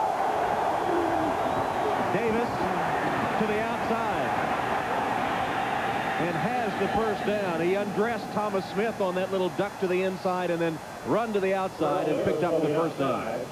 When you play the Buffalo defense, you worry about Bruce Smith. There's Bruce Smith up the field. It played right into the Denver's hands that Bruce Smith was doing that. Gary Zimmerman gives them a token screen block outside, but that whole thing's coming up because they know Davis can get outside. And with a fake like that, they also know that Thomas Smith is not going to go one-on-one and just stick Terrell Davis. He's got to try to just push him out of bounds. Gain of 12, first down Denver, 1:03 in the half. From the gun, Elway dumps it off to Davis. Breaks one tackle, but can't the second. Driven down by Thomas Smith and Marlo Perry that time. And Denver spends his final timeout. You know, the last play, Thomas Smith couldn't tackle Terrell Davis because he caught him in the middle of a fake. In that play, he caught him in the middle of a spin. It's a lot easier to get Terrell Davis out of the spin than it is out of the fake. When he's not looking at you, huh? With his back turned in the middle of the spin. When you see the back of his belt, it's a lot easier to hit that than his belt buckle. Don't forget, coming up next, most of these NBC stations, Game 2 of the doubleheader. Most of you see the Jaguars battle the Steelers. Some will see the Raiders face the Seahawks or regional action. Check your local listings for the game in your area. The doubleheader, Game 2, coming up next here on NBC. And then, of course, capped off by Game 7 of the World Series. The Florida Marlins, the Cleveland Indians tonight.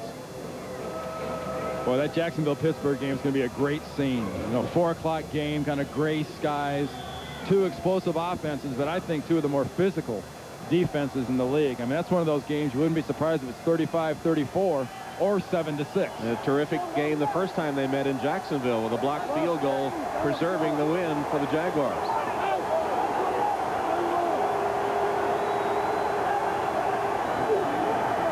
Elway, second down, scrambling free. Completes it to McCaffrey. Flag down, a late one. McCaffrey is close to a first down. Tackled by Henry Jones. Check the penalty marker.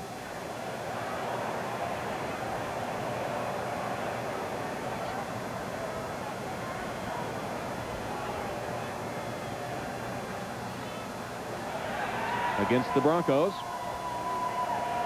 And something that Broncos line is known for is being willing to do just about anything to block people, and chop blocks sometimes go into the description of willing to do anything for Mike Shanahan's offense. And you're talking to a guy here, though, that doesn't think that's dirty football. I got 3 Super Bowl rings because you do what you have to do. Personal foul, chop block, center and the guard, offense, 15 yards, repeat second down. By rule, we'll run 10 seconds off the clock. Please set the clock to 31 seconds. In the inside, we got Nalen You got David Diaz-Infante, 63, in for Habib at right guard. There's the chop. You know what? He chops Bruce Smith, but he unintentionally gets the defensive tackle, accidentally gets him. That was not an intentional chop by David Diaz-Infante, number 63 right there. So I don't think the officials really care if Mr. Infante did that on purpose. He makes it 2nd and 22, and they'll give the ball to Von Hebron. He's to the 40-yard line. Broncos cannot stop the clock. Bruce Smith got the tackle, and they'll just let the quarter expire here and go to the locker room with the lead. A hard-fought lead against a game Buffalo defense, but the Buffalo offense has had no success at all in the first half.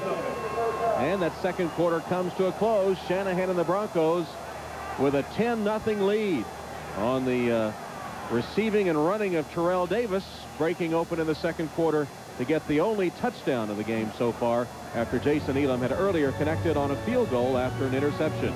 We'll be sending you to our NFL and NBC studio in New York, but first, these words from your local station. Tuesday, a Fraser shocker. One of these people is about to become a parent. I don't believe it. And the words you thought you'd never hear. Daphne, will you marry me? Then on Just Shoot Me, Maya's dating an older man. That wasn't what it looked like. Good. Just looked like you were making out with your grandpa. Now that's scary. NBC Tuesday. He might not actually be dead because he was never really alive.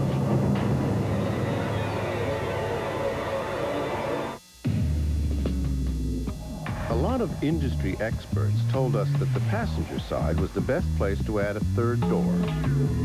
We got still more advice insisting that the driver's side was the only logical choice. But as you can see, we let it all go right in one ear and out the other. Introducing the new Dodge Ram Quad Cab. The rules have changed. They came to our planet. They destroyed our cities. But on November 7th, they'll learn they messed with the wrong species.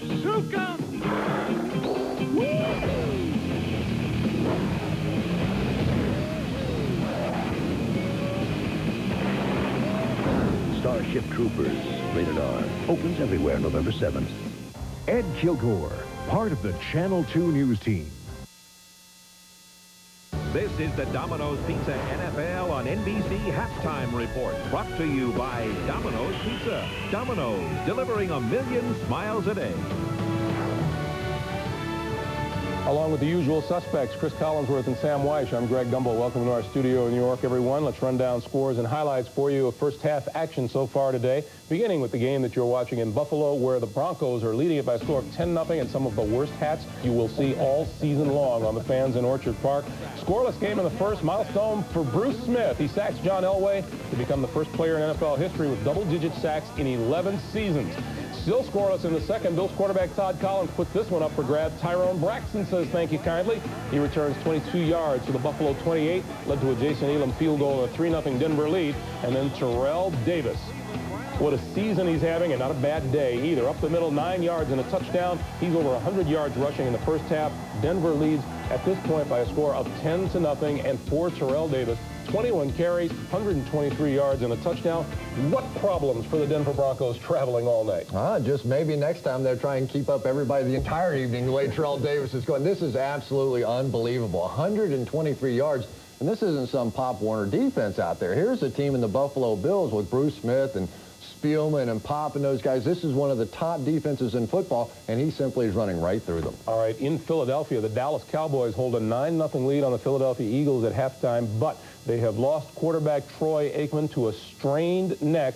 A possibility of a concussion would be yet another in a long line of them for Troy, and you have to wonder when things are going to break right for Dallas. But you know, the good news is that Wade Wilson has come in off the bench here and has played very well. Really, the Dallas Cowboys should be blowing them out in this football game. The red zone problems continue for Dallas. but they are simply dominating this game to this point. All right, Chris, in the Meadowlands, the New York Giants trail the Cincinnati Bengals 14-10. Jim Fossil's Giants riding a 4-game winning streak. 3-0 Giants. Bengals opening possession. Corey Dillon from a yard out puts the Bengals up 7-3. Second quarter now, after a pass interference call in the end zone, Charles Way of the Giants from 1 yard out, and the Giants are up 10-7. And then the ensuing kickoff, Eric Bieniemy, 2 yards deep in the end zone, finds a hole, breaks through. Brad DeLuiso is the only guy between him and the goal line. No problem. 102 yards and a touchdown. That's a Bengals team record, and Cincinnati on top by a score of 14-10. Sam, the Bengals looking better today. Well, it was about time, and had Bieniemy been tackled with that effort, he really had a lot of conversation next week. You knew this was going to happen, though. This is mid-season. It's a pride check time. The Bengals are coming through for this. But this may be the most important halftime talk that Jim Fassel's given all year. All right, Sam, in Washington, Jack Kent Cooke Stadium, the Bengals and the Redskins and the Ravens lead it by a touchdown. That's Coach Ted Marchibroda of Baltimore calling on the team to get tougher after 3 straight losses. Vinny Testaverde gets the offense going for the opening drive. Derek Alexander, 13 yards and a touchdown and a 7-0 Raven lead. Redskins answer right back. Gus Frerotte pumps again, finds Leslie Shepard, 15 yards, tie game at 7. Second quarter, Bam Morris caps a 22-play drive with a 4-yard touchdown run. Baltimore regains the lead. Bam Morris over 100 yards rushing in the first half, and the Ravens lead it by a touchdown. In New Orleans, the 6-1 49ers lead the 2-6 Rams 13-0. And in St. Louis, Kansas City on top of the Rams by a 17-7 count. Marty Schottenheimer's Chiefs looking for franchise win number 300. 3-0 Kansas City in the first. Tony Banks, 13 yards to Isaac Bruce. That puts the Rams up 7-3. 7-6 St. Louis in the second. Elvis Gerbach to Lake Dawson in the end zone. 21-yard touchdown catch. And the Chiefs, after the 2-point conversion, 14-7. A Stoyanovich field goal has them on top of the perhaps troublesome, with Isaac Bruce looking very good today, St. Louis Rams. He is, but you know, there's a lake effect with Carnell Lake there in Buffalo today, the Pittsburgh's defensive back. And, of course, Lake Dawson is making the big catches for Kansas City. Kansas City may be the quietest 6-2 football team out there this year. On the other side, the Rams, they constantly make the little mistakes. Tony Banks is saying, hey, I can't hear. Suddenly there's a delay of game, 5-yard penalty. They got to cut that out. All right, Sam. One other note for you from the world of football. Rankin Smith, the 72-year-old owner of the Atlanta Falcons, died today of heart failure in Atlanta. Our condolences go out to his family. When we come back, a report on Game 7 of the World Series will take you down to Miami right after these words from your local station.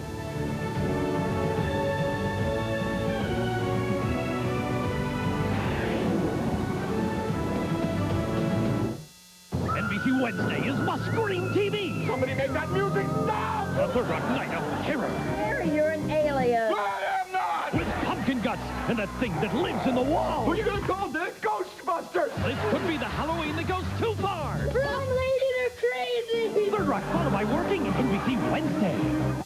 A woman brought in dying. Her surgeon is suspected in a gruesome crime. They were getting ready to take her organs out before she was declared dead. Ripped from the headlines. Law and Order, NBC Wednesday.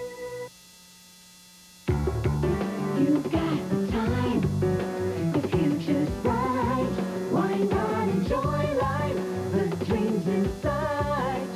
Head for the future in a new 98 DeVille with the North Star system. Because right now you can lease a quick, nimble DeVille for only $4.99 a month. Now there's a reason, and it's so pleasing for making whoopee. See the Empire State Cadillac dealers. You're watching WGRZ-TV Buffalo, NBC in Western New York.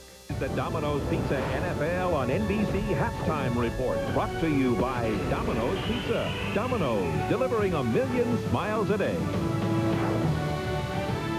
Greg Gumbel back in our New York studio. We called last weekend Must-See Weekend. Today is Must-See Sunday. The second half of our NFL doubleheader features the big AFC Central matchup in Pittsburgh between the Steelers and the Jacksonville Jaguars. And following football at 7 o'clock Eastern Time, two of the most magical words in sports. Game 7. The World Series comes to a fitting climax in Miami. The Florida Marlins and the Cleveland Indians. With a report, Hannah Storm, Keith Olbermann, and Barry Larkin.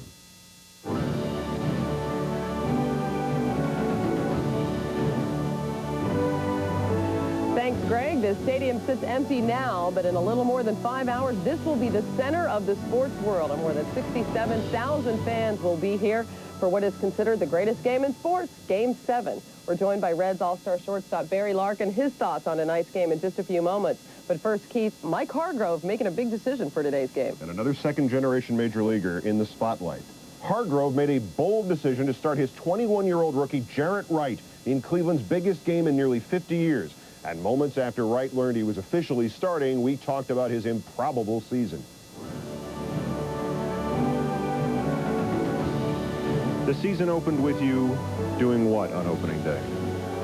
I was pitching for the Akron Arrows in Double-A, and you know, it was opening night there. It was just, you know, I was happy at the time. And the season ends with you tomorrow throwing Game 7 of the series, and it's been a long road. It's been fun. I'm having a great time. You know, just one more time.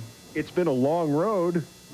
You got a long way, but it happened kind of fast, didn't it? In 1 year to go from pitching the Double-A opener in the Eastern League to pitching the 7th game of the World Series? Yeah, that's a long road to me. We had a lot of bus rides and you know. Hey, I've been to the Eastern League. I know. A lot of different apartments, moving around, and you know, hopefully I can settle in here and settle in tomorrow. His manager Mike Hargrove says Jarrett Wright is not cocky. He has the blissful ignorance of youth. Meanwhile, on the other side, the Marlins starred Al Leiter, who had a rough outing previously in the World Series. Never know what to expect from this guy, Barry. That's the thing about Al Leiter. He can come out and walk the ballpark, or he can go out and throw a shutout. I think the thing to look for is that if he is ineffective early, he'll get the quick hook. Perhaps we could see their rookie, Livan Hernandez, early in this game. Okay, who do you like? Well, you know, I got to play both these guys next year. You know, we got to face Indians in interleague play, and, you know, we got to come down here. So I'm going to ride the fence on this one. Oh, you're not going to pick either one. Okay, well, we will find out soon enough. Our pregame coverage starts at 7 o'clock Eastern. Now let's get it back to Greg Gumbel in New York. Well, the Cleveland Indians have waited 49 years to win a World Series, and they're handing the ball to 21-year-old Jarrett Wright. It should be interesting. Our NFL and NBC halftime activities continue.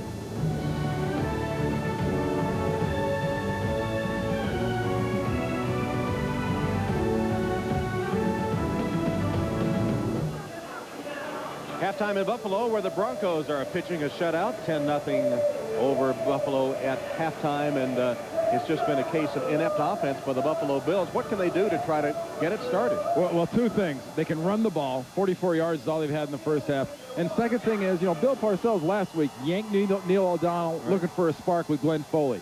I would yank Todd Collins if he doesn't start well in the second half and get Alex Van Pelt in there and hope he can make a difference. And meanwhile, Terrell Davis has begun to make his presence known, not only running the ball, but receiving as well. Oh, without it. I mean, he has been the offense. We've been saying it in the weeks leading up to this, but this is Terrell Davis's offense. When this offense works right, it's because Terrell Davis has got it all going on. Take a look at our Coors Light halftime stats. And we'll see total dominance, I think, by the Denver Broncos against the 3 first-down production of the Buffalo Bills offense in the first yard, only 55 total yards. Well, it's a great speed limit, but not much of an offensive production. And when you have 4 times as many rushing yards as you have passing yards, ouch. They raised that limit, didn't they? Buffalo didn't get the message yet, I don't think. Well, it's just a situation. I think the offensive line for Buffalo at times has had a few problems. And I think Todd Collins at other times has just not so much forced balls, but kind of aimed them at times. And that's led to interceptions. That's led to overthrows. The only touchdown of the game was the result of a Terrell Davis run. And in fact, he set up with a big pass reception early. All by his lonesome. All right. And here's the touchdown run from 9 yards.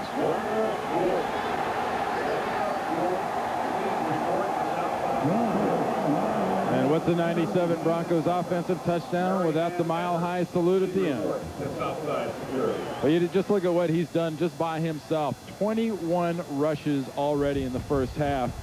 3 times as many rushes and a whole lot more than that in yards. And here's the second half kick by Jason Elam. Eric Moulds from the 7. Fumble. And Denver still scrambling. They had it for a moment.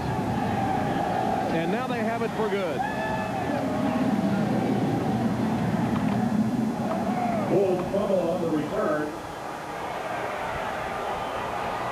Well, so much for halftime adjustments for the Buffalo Bills. After talking about what are you going to do when you get out there at your first opportunity, Eric Moulds puts that ball on the ground, all because Darius Johnson knocks that ball loose and causes the fumble.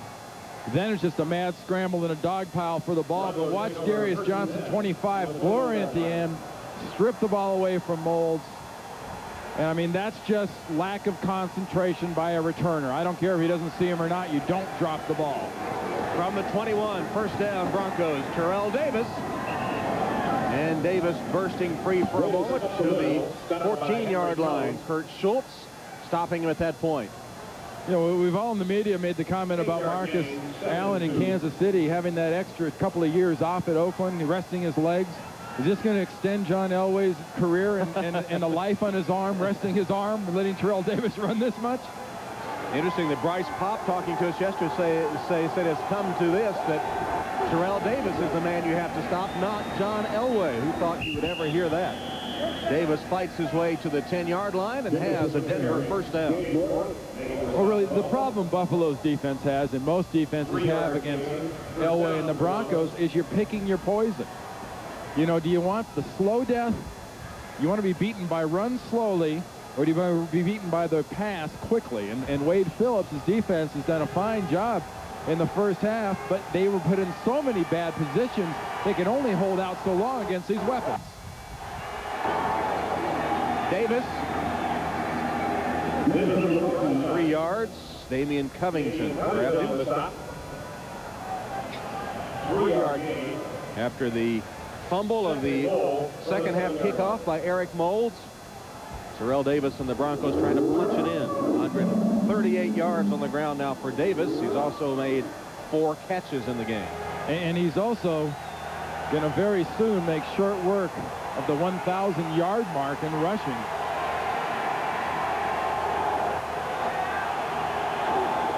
On the pitch. Look at that move. He's to the 4-yard line, maybe the 3. Could have been tackled for a loss, and he used that excellent balance to just spurt up the field. Damian Covington finally got him down. Hey, you talk about strength and quality of character. Part of quality of character is the want to, because that play is stopped. And the want to at the end is what pounds the defenders and actually pounds his own guy. Mark Schlereth, number 69, right there. Gets that shoulder into the hip. He launches his own lineman into the end zone. From the 3-yard line, it's third down. That's Davis in motion. Backfield empty. Elway to pass. All day. And he finally decides to run and is stopped for a loss by Phil Hansen. Lost a yard. Elway sacked by Phil Hansen.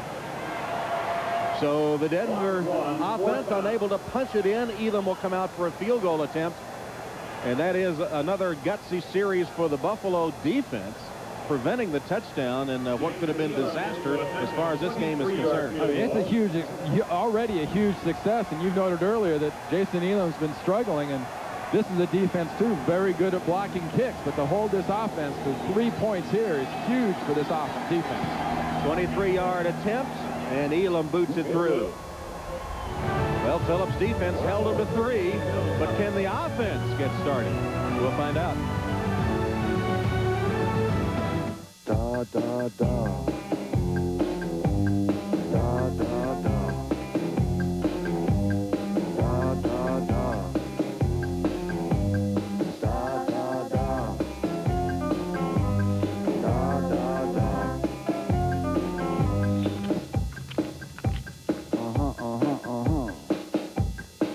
Ich lieb dich nicht, du liebst mich nicht. Aha. Ich lieb mich nicht, du liebst mich nicht. Aha. Ich lieb dich nicht, du liebst dich nicht. Da, da, da.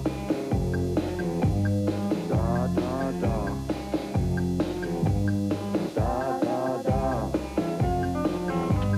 Da, da, da. The German-engineered Volkswagen Golf. It fits your life, or your complete lack thereof. On the road of life, there are passengers and there are drivers. So where's our leader? She'll be here. She's meeting with someone about her personal finances. Wait a minute, the chief financial officer needs financial help. home. I think it's a life insurance agent. Really? So, what's the agent's name? When you find out, let me know. Have you heard from the Quiet Company? Northwestern Mutual Life. The NFL on NBC is brought to you by Volkswagen. On the road of life, there are passengers and there are drivers. By Schick, the feel of smart design. By Northwestern Mutual Life. Have you heard from the Quiet Company? And by Texaco, a world of energy. From the power of Niagara to the power of Terrell Davis. He's passed 1,000 yards rushing on the season. He had 1,100 as a rookie, 1,500 last year, and now in the 8th game of the season, 1,002 with 142 yards already in this game. Flag down. Derek Holmes fields the kickoff. Moulds was not in there after fumbling the last one, and Holmes fights his way to the 35-yard line. A good return. It was Tasker and Holmes deep that time as Moulds lost his job. That flag is back there in the area of offsides on a kickoff team. That's exactly what it is. I tell you, you saw Holmes run with the ball like that. That is what they need. A little of that want to we've seen out of Terrell Davis. We got to see some Buffalo Bill want to out of the offense. Offside on the kicking team. Number 31, penalties decline. First down, Buffalo. Antoine Smith will start in the backfield for this second half. He's back there with Lonnie Johnson, who is in an H-back spot. Collins on first down, batted down. It was Keith Traylor that knocked it to the turf. And the boos start to ring out. And lack of success does nothing to add to an offense that the head coach talks about them struggling with their confidence when those little things start going wrong. Because that is not a bad pass by Todd Collins. That one just gets knocked down. That affects confidence.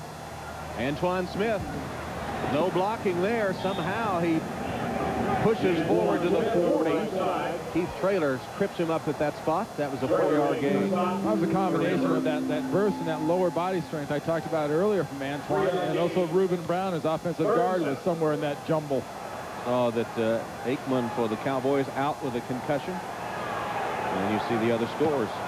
And for all the talk of Steve Young and his concussions, Troy Aikman has threatened in the past about concussions ending his career. 3rd and long for the Bills. Collins, complete. It'll be a Buffalo first down. Catch made by Andre Reed. Hit immediately by Tyrone Braxton, but Reed, using that veteran savvy, had just enough for the first down. We've seen Andre Reed taken out of the offense in the first half by a combination of defenses. Here you use one receiver in Eric Moulds crossing first, gets inside on the zone with Andre Reed to get him in this first down reception area. This is what the offense needs. They need positive successes. Only the 4th first down for the Bills. Here's a draw play to Smith, who crosses midfield to the 48 of the Broncos, wrapped up by Bill Rowanowski. And the sellout crowd, the first sellout in Buffalo since in over a year, suddenly starting to find something to cheer about. The loudest cheer of the day was for that first down just a moment ago. You see the sellout crowd here, including about 10,000 fans from Cleveland on Cleveland Browns Day here in Buffalo. Yeah, they've got a band from Massillon, Ohio. Washington High School is here, so it's on the Cleveland Browns theme. They even got the guy with the big dog somewhere in the stand. Collins deep down the sideline and broken up. Intended for Quinn Early. Tim McKyer was with him stride for stride and able to knock the ball away. You know, that's one thing Tim McKyer has always been able to do through his career. Is man-on-man coverage. He came into the NFL as a rookie, you know, bragging, I'm the blanket coverage. He's done it for a lot of teams, and he's done it that well everywhere he's been. I mean, that's how a defensive back coach teaches it, Tom. Beautifully played by the veteran McKyer, who has interceptions against 6 different NFL teams.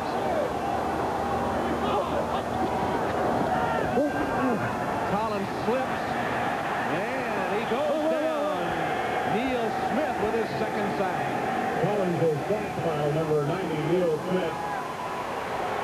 That's the impact this defense needed when they brought Neil Smith over from the Kansas City Chiefs. And that's the impact everyone expected him to add to this offense. Working against Jerry Ostrowski, making his second start at offensive tackle. That is pure leverage and speed. And the quarterback happens to scramble and move into the worst possible spot. And Neil Smith's going to hit one out of here. Chris Moore hits one toward Darian Gordon. Takes it at the 13. And it's buried. Flag down. Could be a face mask coming up. Gordon return. Marlo Perry may be the guilty party. Let's see. 44-yard line. And now they're saying against Denver. Let's wait for the call. It will be against the Broncos.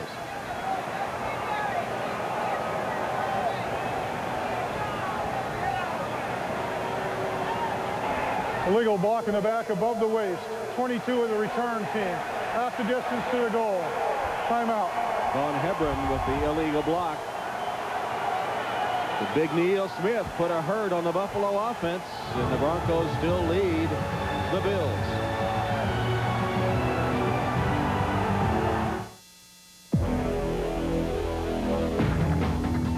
The feel of smart design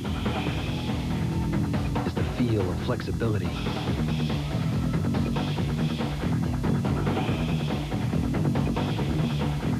Schick Tracer FX is the only razor that flexes to cover every sensitive curve. A design so smart, you can feel it. Schick, the feel of smart design. Oh, what is this now? Looks like a menu or something. Great. We can't solve every hassle you encounter on the road, but we're working on it. Introducing the Volkswagen 2-year no-hassle lease. No-charge schedule maintenance, a super sweet warranty, and roadside assistance. Oh, that's got it looking real good. Right now, a Jetta GL is only $199 a month with $21.29 due at lease signing. On the road of life, there are passengers and there are drivers. It'll come off. Rocks. Some people skip them, stack them, or just plain ignore them. But then there's these Texaco people. They love the darn things. Obsess over them. Go to the ends of the earth to find them. They study them. They scale them. Even taste them. Why? You find the right rocks. You find the energy the world needs to keep on running. Texaco, a world of energy. Terrell Davis now has had 6 100-yard rushing games this season. Week 4 against the Bengals, he became the first Bronco to rush for more than 200 yards. His total 215 that day, and then followed up 2 weeks later, shredding the Patriots for 171 yards on 32 carries. And today against the Buffalo Bills, his 6th 100-yard rushing day. Here he is, Terrell Davis. To the 15-yard line. Gain of 7. Damian Covington makes the tackle of Davis. And in both those big games, he had big runs. And this one so far, he's had one medium-sized run of 20-something 30 yards, but he's done it just battering teams. And especially last year in 1996, when you see that 1,500 yards, he did a lot of that in 8, 10-yard chunks. 2nd and 3. Davis. Didn't make it. Nice play again by Damian Covington. He is one of the bright lights for Buffalo today. And that's an example of that's what happens when want to meet just veteran, tenacious want to also. You know, Bruce Smith fighting off a double team. Does a little posterior stop with his backside, helping Covington out on that one.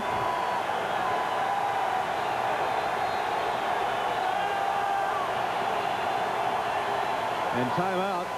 You saw Bruce Smith signaling for the timeout. Big 3rd down play coming up when we return to Buffalo. You the new intern? Yeah. What are you doing?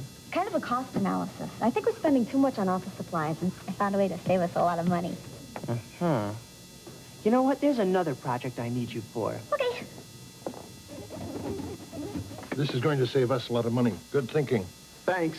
I'm almost done. Oh, I see you've met my daughter. Save money at Staples. Get guaranteed low prices on over 7,000 office supplies. Staples. Yeah, we've got that.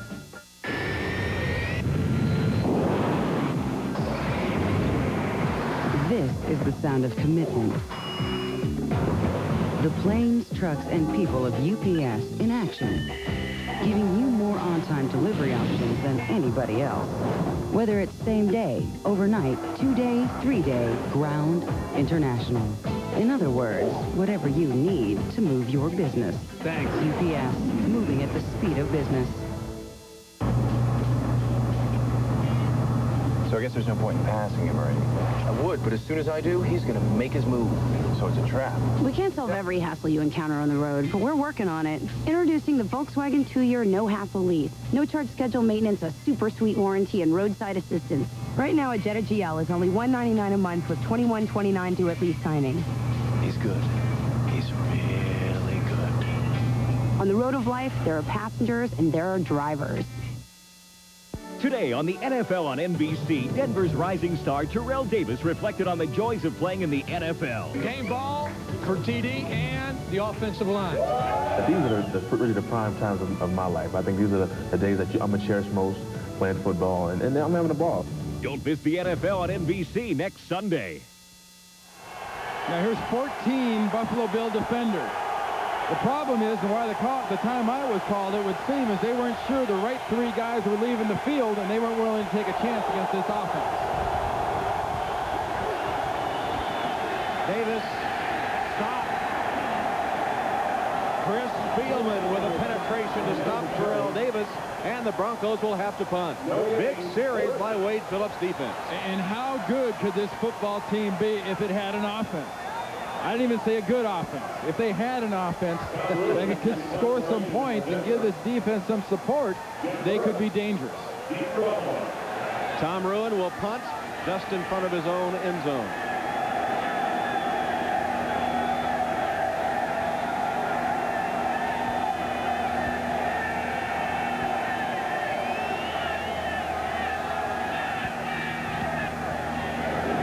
Jeff Burris drifts back from the 35. Straight up the middle, Burris was within one man of breaking it. The one man, Randy Hilliard, saved the touchdown.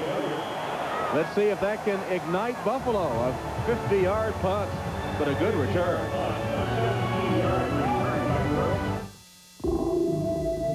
Still shaving with blades.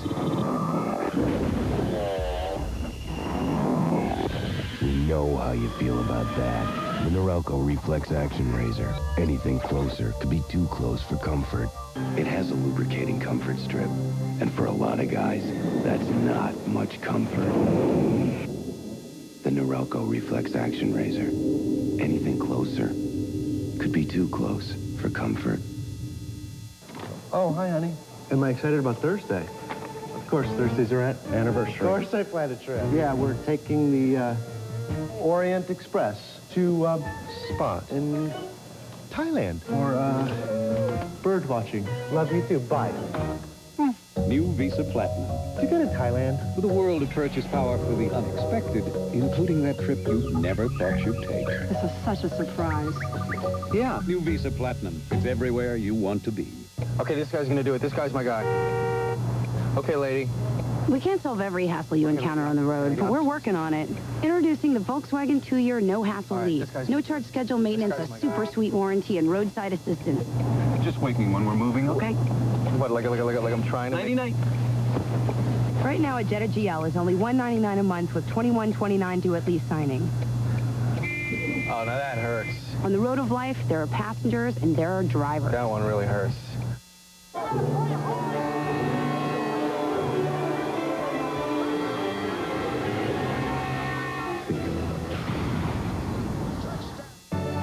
You're watching the NFL on NBC. No, field level, look. Up high, it looked close. Down low, it looked hard. But will it look good for Buffalo? Jeff Burris hopes so. Good field position. Can the offense do anything with it? 7 of Denver. Collins completes the pass. Quinn Early taken out of bounds immediately by Ray Crockett. A couple of good confidence passes by Todd Collins in this offense. Remember, Quinn earlier dropped the pass right through his hands, but a good pass there by Collins and a nice catch. Confidence being the key word with this Buffalo offense. Thurman Thomas cuts back, comes up a yard short of the first down. It'll be 3rd and 1. You know, Thurman Thomas still has those quick feet. You could almost, actually, I could hear that squeaking sound. I mean, low, slow, stumbling feet like I had, you can't make them squeak. I got to get on a hardwood floor to make them squeak. And he can do it on wet AstroTurf. No huddle offense, trying to shake things up. Thurman Thomas driving and thrown back. He will not make the yard they needed. So now it's 4th down, and Marv Levy's faced with a decision here. I think you go for it. You really do. You've got that. You've got the defense playing the way it is. At this situation, Dan Henning, the offensive coordinator there on the right side, he's calling the plays, and you got to go for it here. Your offense needs the confidence. You need a first down. Besides that, your defense needs to see your offense can do something. 3 tight ends, Antoine Smith, the lone running back. Here's Smith. He's got the first down.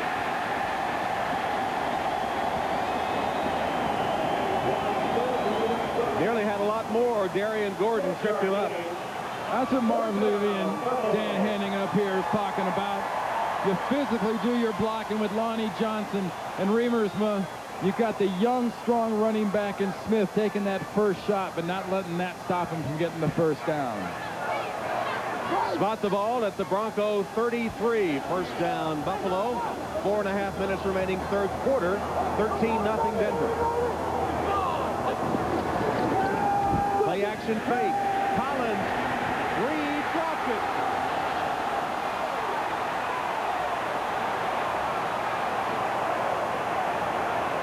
Wow, after that, Andre Reed must feel like just keep running right through the tunnel.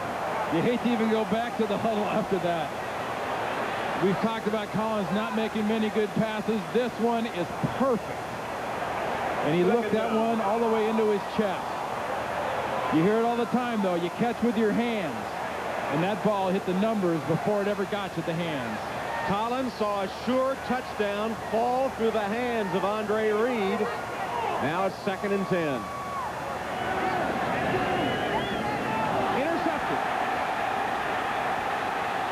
Traylor is going to go all the way for the touchdown.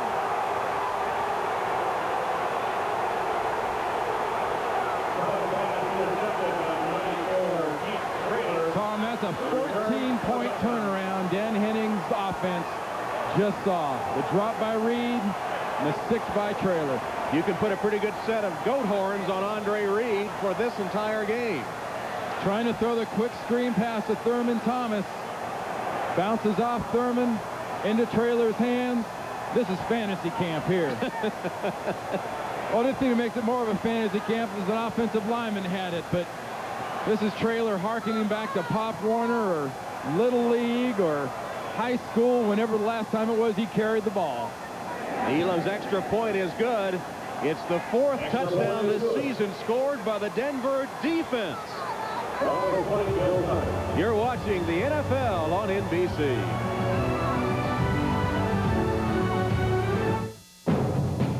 Teammates sponsored by the U.S. Army. Be part of our team in the Army. Let's take this thing. Let's smother them. Let's go. Coach Marty Schottenheimer's Chiefs have 2 of the best quarterbacks in the league in veterans Dale Carter and James Hasty. Play action fake. Hunter's hit. He fumbles. Kansas City, James Hasty has it. Nobody's going to catch James Hasty. These high-flying defenders are a big reason the Chiefs are off to a lofty start this year. It's freezing. It's quiet. But you get used to it. You grow to love it. Snowfox 2-1. This is Snowfox base. Snowfox 2-1. Then a storm comes up. And I'm the one who's got to get us out of here. And I remember who gave me courage. This is for them. For my mom and dad. who never missed a game. For Drill Sergeant McCardle, who showed me what it takes to be a leader. Visual contact, Sergeant. And for myself, who became one. Dave Thomas is on the coast, asking everyone about Wendy's new fresh stuffed pitas. Your pitas are dreamy, Dave. I thought you liked them. Wendy's fresh stuffed pitas, the only way to describe them is Fabulous. How could anything this breathtaking be created from a $199 printer? Canon's BJC 4300 color bubble jet printer. See it, and you'll believe it. Monday, hold everything. It's a special Frasier. Yeah, you heard right. A special Monday Frasier. Plus an all-new Fired Up. And a creepy Caroline. Followed by Suddenly Susan at a special time. I must be dreaming! You're not. Frasier's kicking off a special Monday lineup on NBC. Party on. And Todd Collins trying to catch Keith Traylor and pull him down. And the big man rambled 62 yards with the touchdown. Eric Holmes returns the kick to the 25-yard line. Well, the Broncos defense now has scored 4 touchdowns this season. Week 2 against the Seahawks, Darian Gordon with a pickoff, 32 yards for the score. Week 4, the Bengals sack on Jeff Blake, forcing the fumble. Alfred Williams scoops it up, and Alfred takes it 49 yards for the touchdown and the spike. Week 6 against the Patriots, John Mobley's interception of Drew Bledsoe returned 13 yards for Denver's 3rd touchdown by the defense this season. And then Keith Traylor, just a moment ago, 62 yards for the 4th defensive touchdown of the season. New quarterback for the Bills, Alex Van Pelt. Hand off to Antoine Smith. Antoine Smith bursting free, still on his feet to midfield, and the 49 of the Broncos tracked down there by John Mobley. You know, we've seen the strength of Antoine Smith, and he finally got the hole and got the blocking to show you that burst in the speed.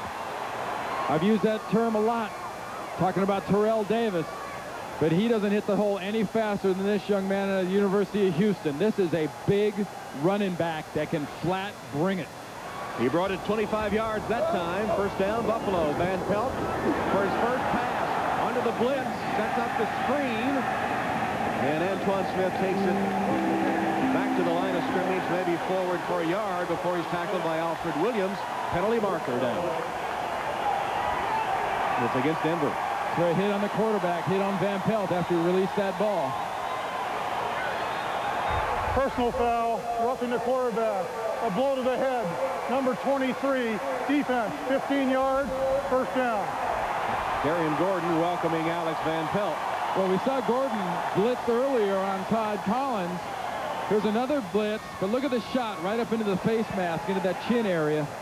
Very sensitive nowadays. Remember, when Romanowski hit Kerry Collins of Carolina earlier this year, the Romanowski, the Denver linebacker, broke his jaw. You cannot go to the head.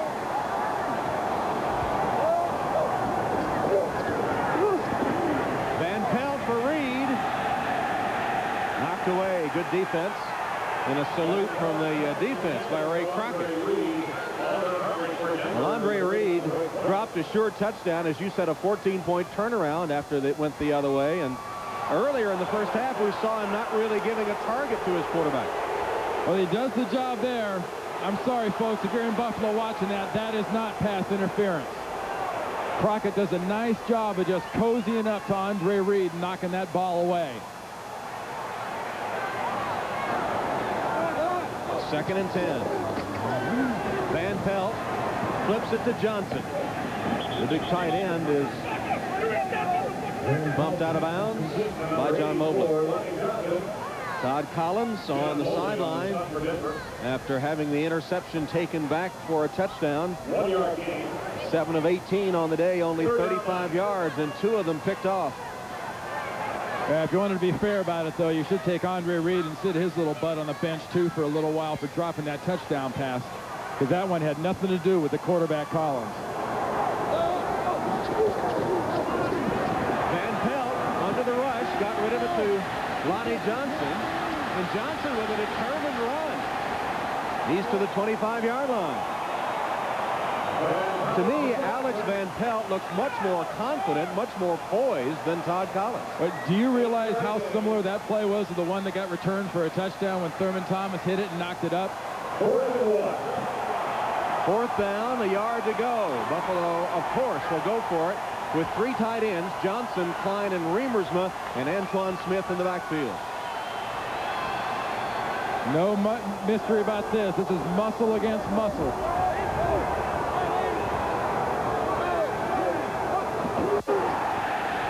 Looks like Denver was offside. It'll be 1st down by penalty. If it indeed is offside and not illegal procedure. See, Michael Dean Perry gave our referee Ron Blum a little shot there and inadvertently knocked his head off. Offside, 90 defense. 5 yards, 1st down. Neil Smith. You know, a lot of that is that's a new quarterback. It's a new cadence. Maybe Van Pelt's just got more of a bite in his bark. Well, at least Neil Smith went for the bite and the bark. It's 1st down, Buffalo. But Denver defensive line, I think defensively has been the highlight for the Denver Broncos. This is where they have to swell up and stop this offense. Antoine Smith. Well, Alex Van Pelt obviously has done his homework. You remember the story about Billy Joe Hobart. Todd Collins injured in the first half against New England. Billy Joe came in, quickly threw 2 interceptions as the Bills were swamped by the New England Patriots. And afterwards, Billy Joe saying he really hadn't studied. And he apologized, and the next day he was gone, cut by the Bills. And what that did was have every backup quarterback in the league get back to their lessons. It's unfortunate, but that's now known as doing to Billy Joe. Van Pelt. Johnson can't make the diving catch. I don't know if that was tipped at the line of scrimmage or not. May have been, or may have just been short from Van Pelt. You know, that's also a case where you got those defensive linemen with their arms up. You're trying to throw that ball through a forest of arms. Van Pelt in his 2nd season from Pittsburgh. See, Michael Dean's arms coming up there. You've got Neil Smith's arms coming up there. You concentrate on the arms, and the ball comes up short on the throw because the ball was not tipped. Van Pelt had attempted only 30 career passes coming into this appearance. Stays in the pocket for the end zone. Caught. Eric Moles held out of the end zone by Darian Gordon, but it'll be 1st and goal.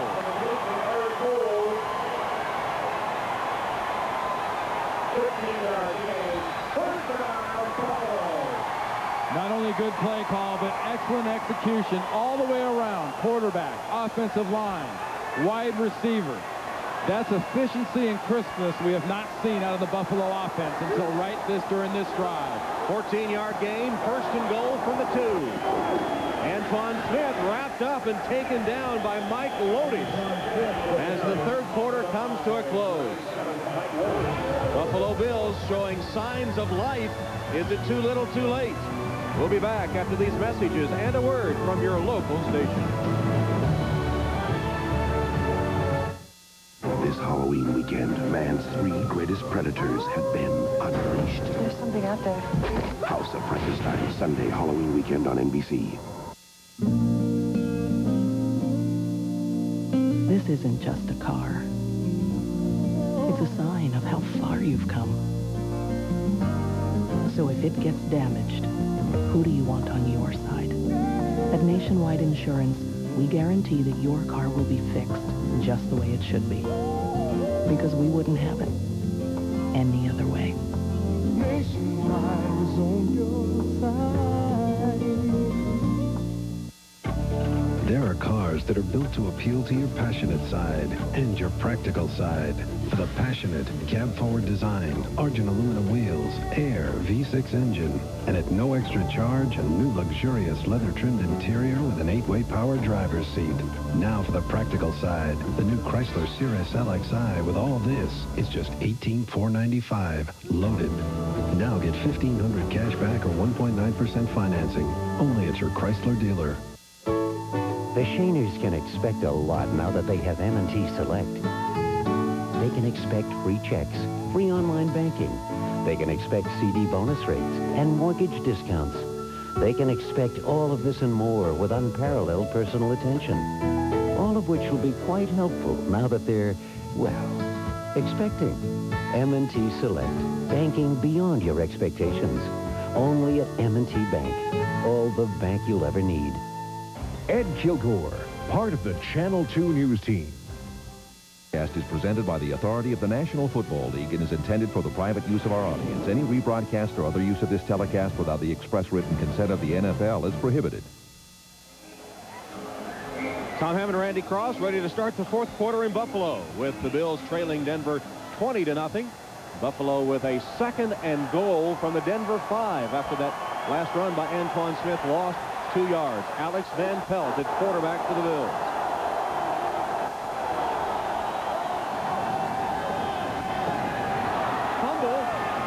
Recovered by the Broncos. Steve Atwater. And that takes care of that.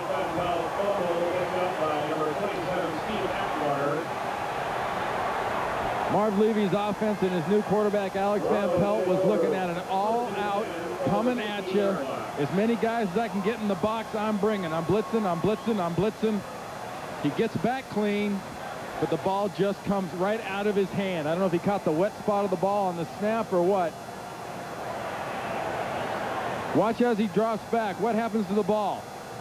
He goes to throw, and as Antoine Smith moves up to block on Romanowski, he hits the ball out of Van Pelt's hands.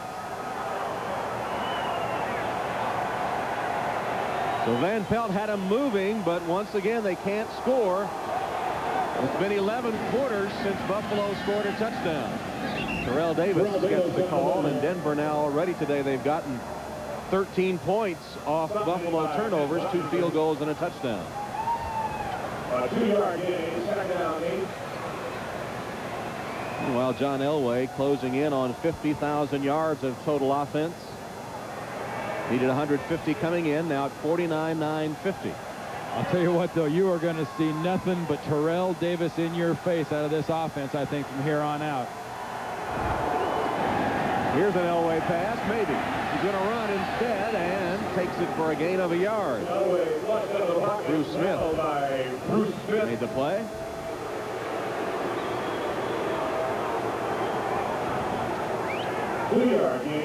A little 2-yard add onto the total of John Elway so far, and you know he'd like to get that mark, but I think he'd rather get it throwing the ball than he would be trying to run for that extra 100 or so yards. How long do you think it's been since we could make this statement? John Elway has not thrown a pass in the second half. Wow.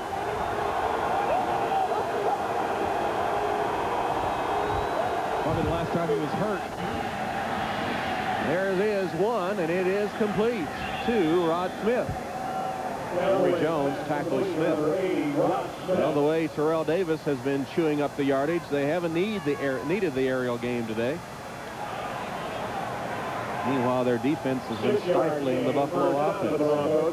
It's been a formula for success that the Broncos hope will pay off in their 7th win of the season. Well, like I said earlier, Tom, with the Broncos offense, you pick your poison, and they picked that poison right there, Terrell Davis, and that poison's moving through their bloodstream pretty good right now and about to take effect. It is deadly. Elway's pass intercepted. Kurt Schultz picked it off. The pass was high from Elway. Gabe Northern was putting on the pressure. Elway tried to get it to Shannon Sharp, and it was right into the arms of Kurt Schultz. We mentioned not many passes out of John Elway, just throwing his first of the second half. Remember, timing and touch. It's a little cold. You haven't done it much. The timing's off, the touch is off, and it's Buffalo ball. I think Northern might have deflected it slightly, too, for the interception. Buffalo's defense says if the offense can't score, maybe we can do something. They've given it over to their offensive teammates in good position. Here's a reverse. Andre Reed. Maybe a yard. I'll be honest with you, Tom. You've got to attack when you're running a reverse like that. Don't dance. Don't do that. You got blockers out in front of you. Just go. Don't look for a spot. There's no spot. You're down by this many points. Just get it. Right here. Take the ball. You've got Van Pelt in front of you. You've got blockers in front of you. Just get up the field and get positive yards.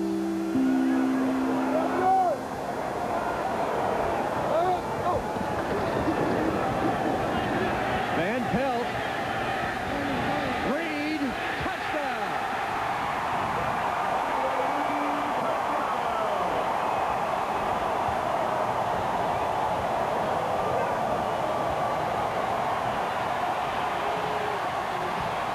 "27 yards. Reed was wide open and held on despite a vicious shot." And they got Reed free the way they've got it most of the time. They used different receivers, crossing in front, free him in the secondary.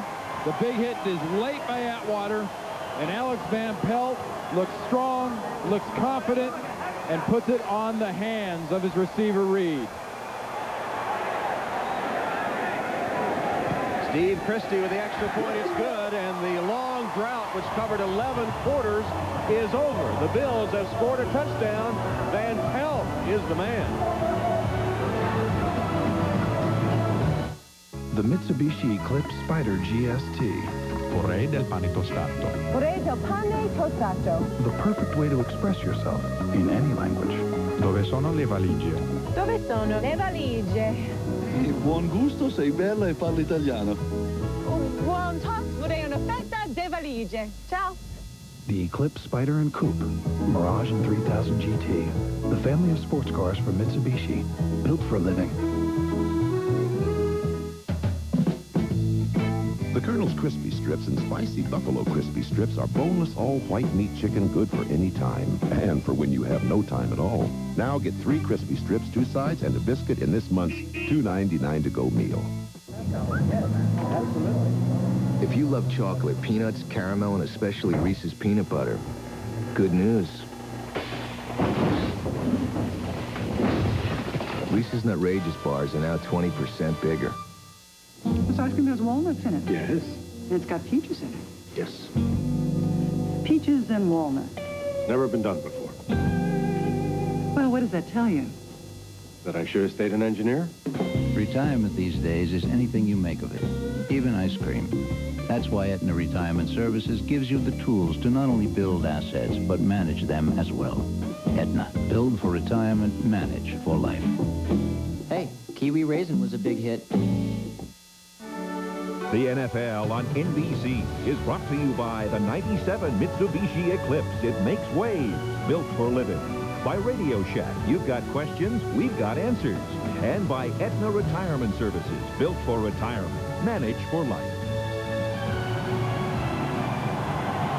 From Niagara Falls to Orchard Park, New York, and Andre Reed with a touchdown catch, but had he caught one earlier, this would be an entirely different game. It'd be 14-13. This is a team known for comebacks, but it's not an offense at this point in its life that is capable of big comebacks. Vaughn Hebron with the kick return to the 30-yard line. Nice return by Hebron. Well, as you know, it's that time of year again. Must-screen TV. Wednesday is Halloween, Third Rock style, with Pumpkin Ghost and a thing that lives in the wall. Who are you going to call, Dick? Ghostbusters! So this could be the Halloween that goes too far. Drum lady, they're crazy! Third Rock followed by Working, NBC Wednesday. Hey, Tom, isn't every show Halloween for that group of goofballs? Not to mention our guy right there, Elvis.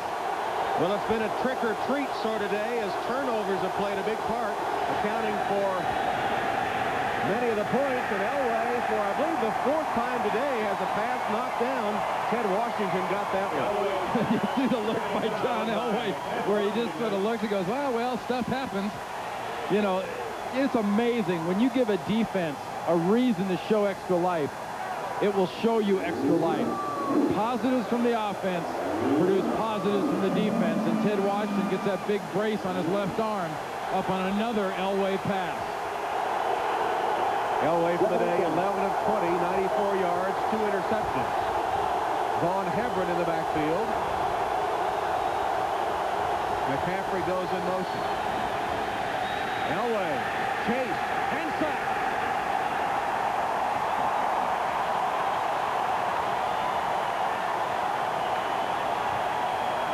Well, we saw an all-out blitz from the Broncos defense on Alex Van Pelt earlier.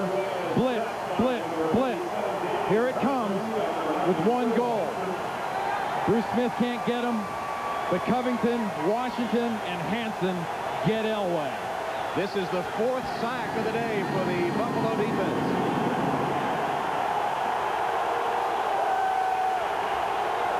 And that's how you keep Terrell Davis out of the game. You make him throw. You make Elway beat you. 3rd down from the gun. John Elway wide open and dropped by Terrell Davis.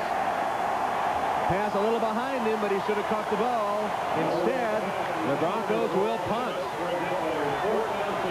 Well, remember earlier this season, the Buffalo Bills came from 26 down to beat Indianapolis. Now, Denver's no Indianapolis. Just don't make that mistake. There's the drop by Davis. But if they have the defense, Tom, that's capable of stopping any offense in the league, as they're showing against Denver, who has one of the best, can the offense on the Buffalo side keep up their end of the bargain with Van Pelt in at quarterback? Ruin will punt. And Jeff Burris says get away from it. It's touched by the Broncos. Let's see where they'll mark the football. Johnson touched it. Elway could get nothing done. He's got to give it back to Alex Van Pelt and the Bills. Perfect for any game, Domino's has the perfect play. Choose from 3 delicious crusts. There's classic hand tossed, crunchy thin crust, or go deep with thick ultimate deep dish. So make the call and have it all.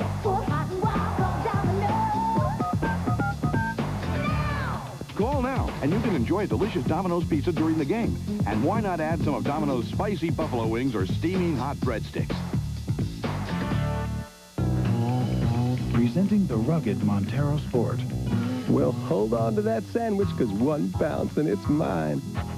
Oh, wait, this SUV ride's too smooth. I'm gonna starve. Unless smooth ride, sleep. The SUV with a surprisingly smooth ride. Lunch is served. The Montero Sport and Montero from Mitsubishi. Built for living.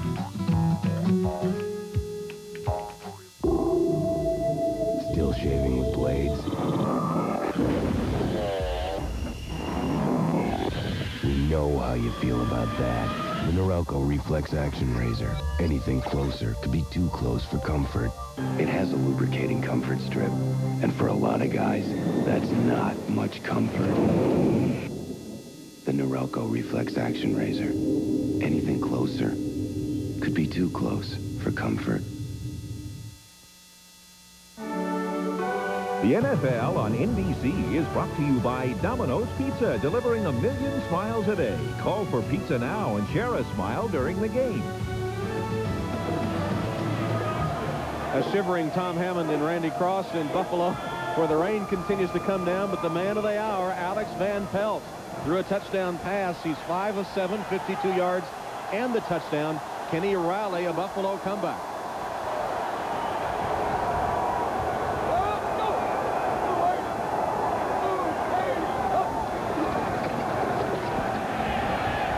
Antoine Smith to the 45-yard line. Tough 5 yards. Bill Romanowski makes the hit for Denver. And so far, you look at the 2 quarterbacks we've seen today. Collins, not very confident, constantly harassed, and Van Pelt has gotten protection, has gotten the completion. And what a difference in this offense since that last drive, or last 2 drives with Van Pelt. He's looking for a big one, and it's interference. Tim McKyer interfered with Quinn Early deep down the sideline. And that's the big play Buffalo is looking for. I'm not sure if this offense is absolutely positive it's got the comeback in it, but I'll tell you one thing for positive. This crowd and these Buffalo Bill fans are positive with a field position off that interference that they can get another 6 and that they're not out of this football game. Van Pelt, confident, poised. There were many that thought He was a better quarterback than Todd Collins before all this. And who was it? Glenn Foley last week replacing Neil O'Donnell, leading the Jets to victory. Can Van Pelt pull a similar trick? Antoine Smith. 3-yard gain. Tyrone Braxton and Bill Romanowski, bottom of the stack. Denver's trying to call for a fumble. They have the ball. But that ball was marked as down right as his forward motion was stopped. The ball was ripped out late. Watch the forward motion of Antoine Smith going forward. Stopped. Ball's got it. Ball's got it. Ball's out after he's pushed back. Van Pelt threw it behind Quinn early. Looked like miscommunication there. Well, the communication involved was all on the defensive side of Denver. Steve Atwater coming on the blitz at Marv Levy's quarterback is the reason that ball was misthrown. Alex Van Pelt had no time to throw. Greg Robinson, you just saw the defensive coordinator for the Denver Broncos, brought the blitz. There's Atwater 27, and you know that's getting rid of it and hoping when you get rid of it, your guy's gone the direction you think he has. 9:48 left in the game. 27 Denver. Van Pelt. That was a bad looking pass there, not near a receiver. And the field goal team will come out for Buffalo. Well, today for the Buffalo Bills, it's been the little things. They've had problems. Timing, consistency. And that's what these plays are all about, is timing and consistency. The snap, the hold, the kick. We've seen plenty of these bad this year in the NFL. 31-yard attempt by Christie. And right through the middle. So Buffalo gets a field goal to inch closer. It's 20-10 Broncos. Reaching your financial goals can be a complex balancing act. At the Principal Financial Group, you will find the strength of our investment performance is your 401k retirement advantage. You'll find our flexibility will meet your insurance needs. And you'll find the balance of choice and quality you need in health coverage. For over 100 years, the Principal has made the complex simple. That's how we give you an edge. The Principal. Hi, how can I help you? What's the difference between these phones? This is analog, and this is PCS, the latest digital mobile. Oh, why, you're Sprint certified. Make a free local call and hear how clear it is. Where's your mother? Trying out phones. I better go help. George, digital PCS phones are much clearer than analog. I heard Mother from Saturn, clear as a bell. You need a phone for that? The new Sprint store at Radio Shack. You've got questions, we've got answers. Dr. Catherine Harmrig cares for some very demanding patients in upstate New York. I drive a lot. Some days I'll drive up to 300 miles a day to see my clients. With the weather being unpredictable, it's real important that I have a dependable vehicle. Fortunately, this veterinarian drives the reliable Mitsubishi Galant. I'm so happy with my Galant. I already have my new one picked out. The Mitsubishi Galant.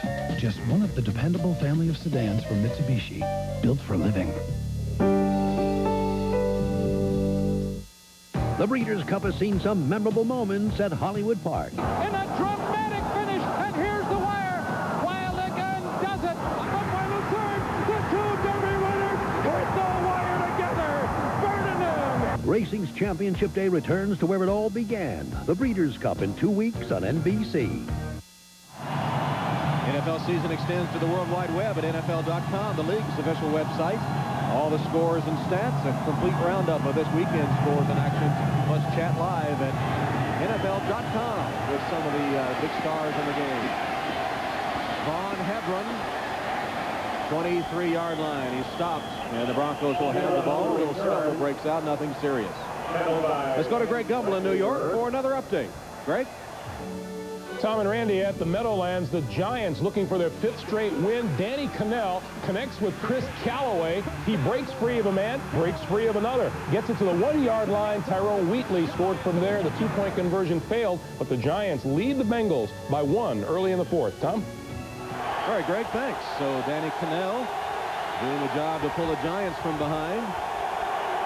Tom, this is all about the Buffalo defense right now. If they want a chance to win this ball game, they got to stop Elway and company again.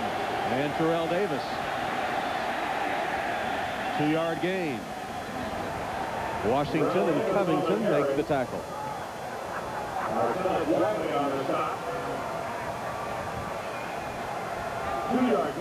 Bruce Smith on the sideline next to his coordinator Wade Phillips. Marcus Whitley, the young defensive Marcus Wiley, the young defensive lineman out of Columbia, in for Bruce Smith. There's Marcellus, rookie. Sort of an interesting time to be giving an all-time great a blow.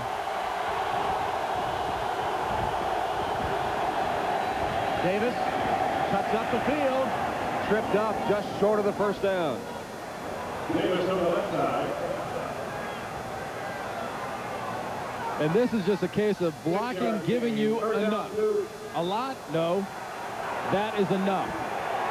Defenders coming in from both sides, but it's enough to keep them from making the first down and setting up a third and about 2 yards. 161 yards for Terrell Davis today.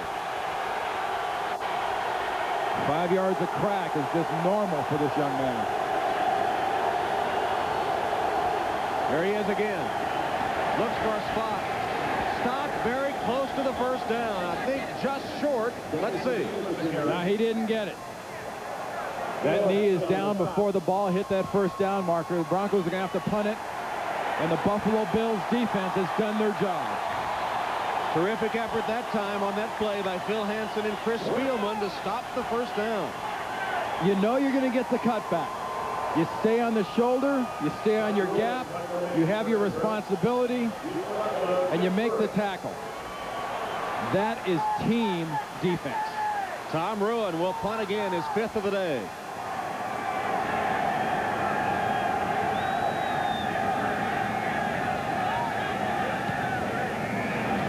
High kick, Jeff Burris. Still on his feet. And then just tackled around the shoe tops at the 30-yard line. Dodge made the play for the Denver special teams. Buffalo's ball when we come back.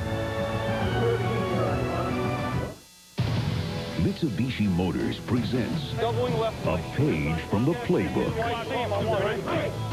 In last season's clash with Miami on Monday night, the Colts had second down at the 1-yard line. We're going to move one far. 26 Bob on one. Ready? Stay tuned to see if the Colts smash it over or take to the air. Presenting the rugged Montero Sport. Well, hold on to that sandwich, because 1 bounce and it's mine. Oh, wait, this SUV ride's too smooth. I'm gonna starve. Unless smooth ride, sleep. The SUV with a surprisingly smooth ride. Lunch is served. The Montero Sport and Montero from Mitsubishi. Built for living. Showing a run formation, the Colts fool the defense by faking to the fullback, while the tight end is left all alone in the end zone for the easy touchdown. How do you get this equipment to these troops when there's a river between them? Build a bridge. Problem solving. You need it now in college. Learn it now in the Army Reserve. All that you can be. In this great world, I go just where I please. Right now, all Goodyear tires are on sale at Sears, like Eagles and Wranglers. And I say, roll like a wheel, it's time to roll. All Goodyear tires on sale through November 5th. Coming up next, Game 2 of our NFL on NBC doubleheader. The Jaguars, the Steelers. Mark Brunell leads Jacksonville against Cordell Stewart and Pittsburgh in this fight for first in the AFC Central. Or Napoleon Kaufman and the Raiders face the Seahawks. Or regional action, the NFL on NBC next. You see the difference that Alex Van Pelt, Tom, has made in the offense in the second half. Here in Buffalo, Todd Collins might be the future, but Alex Van Pelt is the head man of the church of what's happening now for the Buffalo Bills. He has 7 minutes, 19 seconds. He's down 10 points. From his own 31, Van Pelt scrambles to buy some time and throws it away.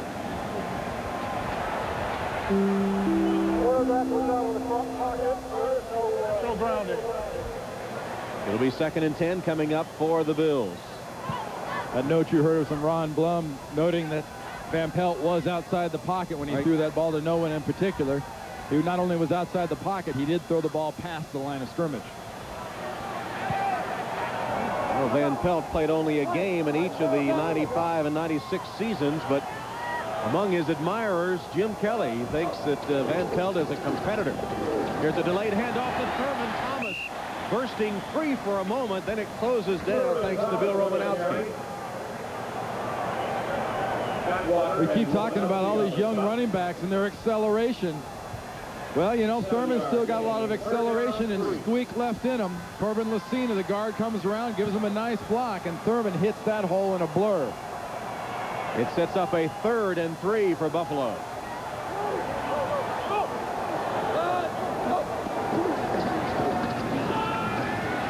Thurman again. Thurman Thomas. Thurman Thomas for a first down to the 45. That looked like the Thurman Thomas of old, the man that's rushed for over 11,000 yards. Talk about a lot of things about Thurman Thomas, but one rule still applies. Do not try to hit him high and wrap him up. Very strong. 1 block. 2 tackles broken. And the 3rd tackle by Braxton turns into a ride. 17 yards was the ride, and it's first down from the 44-yard line. Van Pelt on target, molds to the 25 of the Broncos. Tyrone Braxton hitting Eric Moulds, but it's another Buffalo first down. So far this drive seems like kind of like a bride's wedding plan. Something old in Thomas, something new in Smith and Moulds. Now if they could get a little blue, the blue of the Buffalo jersey, that one covered 19.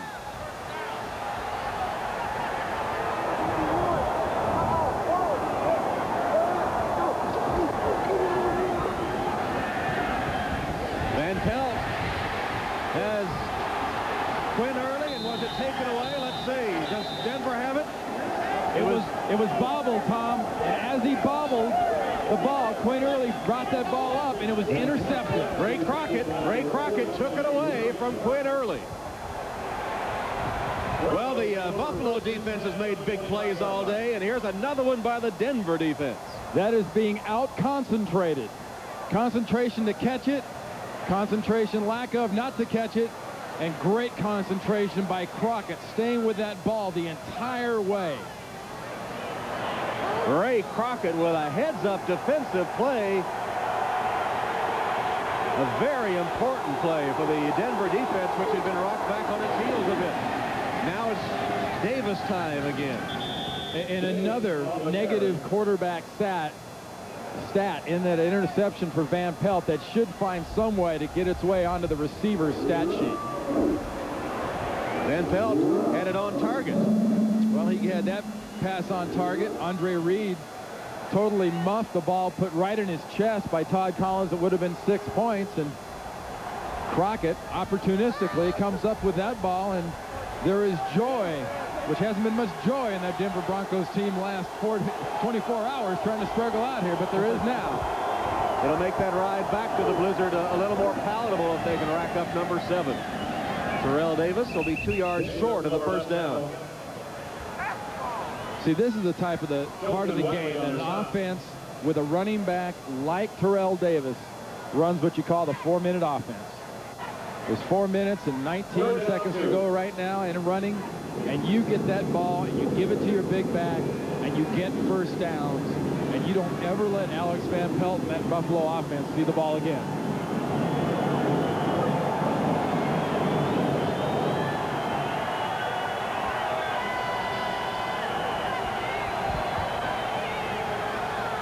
Elway's going to let it run all the way down and call a timeout. And that's what he does with 3:51 on the clock. First timeout taken by Denver.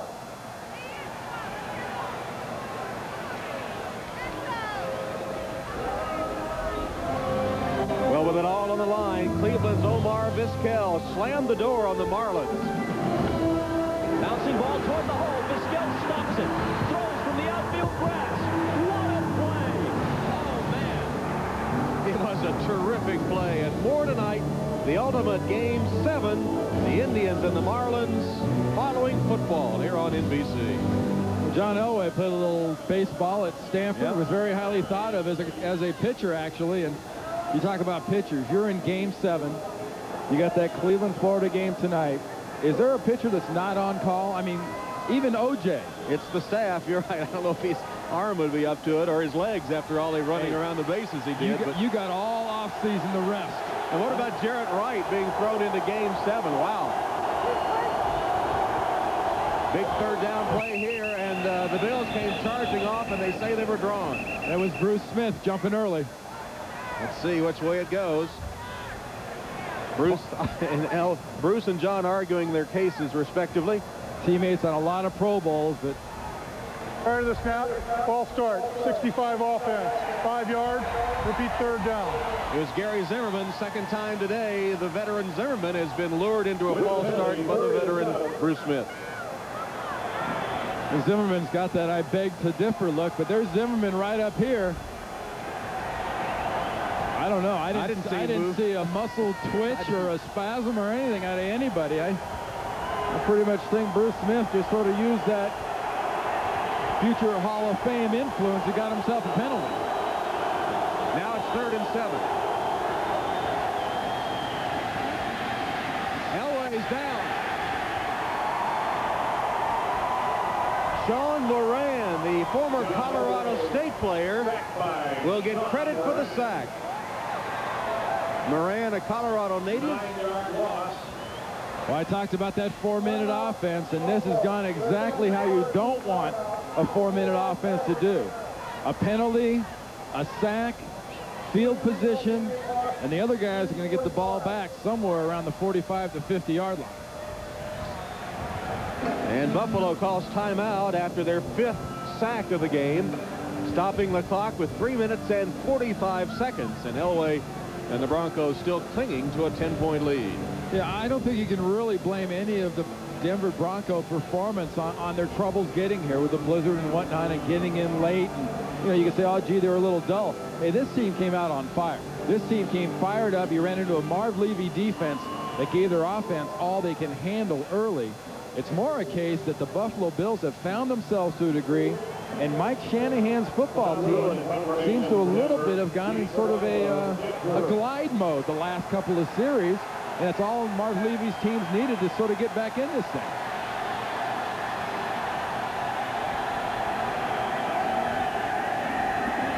Tom Ruin's punt. They put some pressure on him, but he got it away. Burris says stay away from it, and it takes a Buffalo bounce. And the Bills will get it at the 45 of Denver.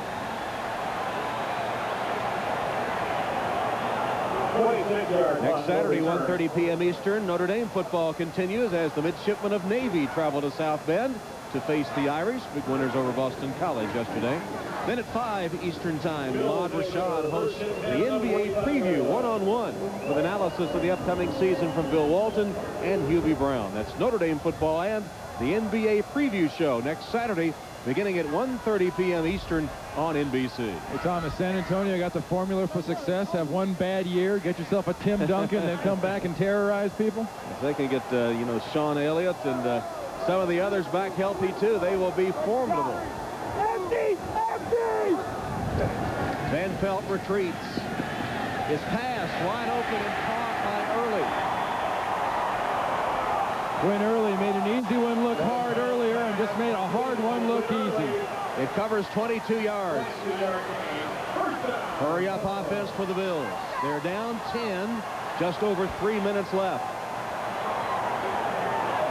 Now's the time. If you have a star, you need a star to make a play. We talked about Reed being a star and Thomas. Now's their play time. Van Pelt, just as he was hit, incomplete. Intended for Quinn Early. The ball sort of popped in the air as Harold Hasselbeck hit him just as he released the ball.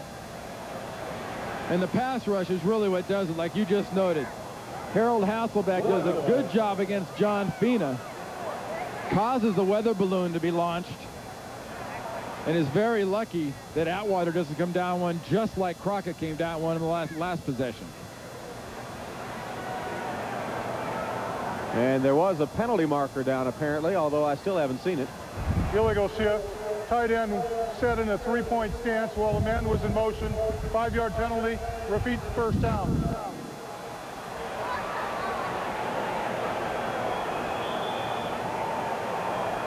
So Van Pelt gets the play call now on 1st and 15.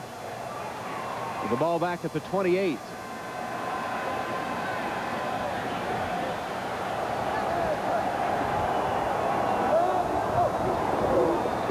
Draw play. Nothing. Stopped. Thurman Thomas dropped in his tracks by John Mobley. We haven't called John Mobley's name very many times today, but you talk about a clutch time to come on a blitz called by Greg Robinson, the defensive coordinator. Trying a little foolery, a little draw. And that is just a case of a young, strong, aggressive linebacker going right through a running back. Van Pelt for Early. He's got it. Touchdown.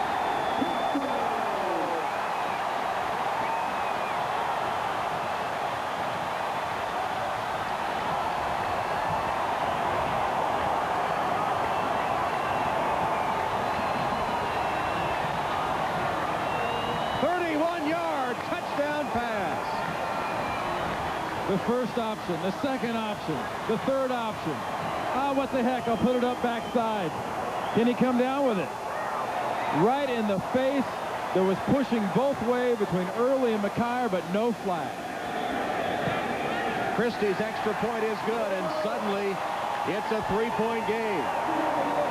2:23 remaining. Van Pelt has moved the Bills. And now, do you have a quarterback controversy in Buffalo? You could very well have a quarterback controversy. One thing you definitely have is you have a defense again that's got to come through. Can they do it again? Because Quinn Early bobbled one earlier, caught two great ones on this drive, and Alex Van Pelt has got his Buffalo Bills within 3 points. As poor as Buffalo looked offensively earlier in the game, it's amazing that they have come within 3 and are an Andre Reed drop touchdown pass away from being in front. Van Pelt has hit 8 of 14 for 122 yards, 2 touchdowns, and the 1 interception when Ray Crockett took the ball away from Quinn Early. Now we're going to give that to Early. Tim McKyer thought that Early pushed him in the end zone in order to get free to make the catch.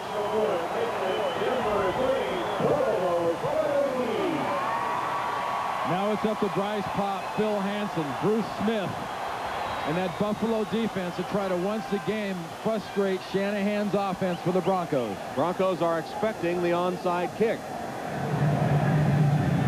2:23 remaining.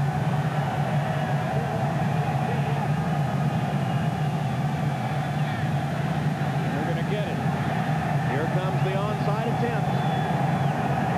Ball has to travel 10 yards. Christie tries to get the big kick. It's in the air. And it's out of bounds.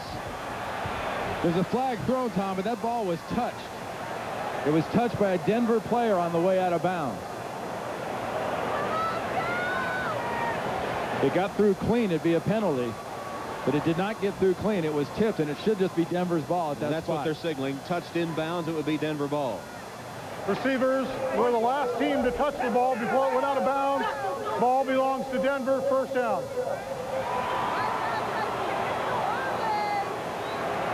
Well, Mike Shanahan's seen the Buffalo Bills take their shot. Christie, a great job of double bounce and then pop. Now watch the knock out of bounds. Rod Smith pushes the ball out of bounds and away from Steve Tasker, who's trying to get in to recover. Watch the Smiths push, and there's Tasker right underneath, well positioned, and that ball comes down in. Rod Smith showed some leaping ability, too, on that one. So from the 43 of the Bills, Denver has a first down, and they take the timeout.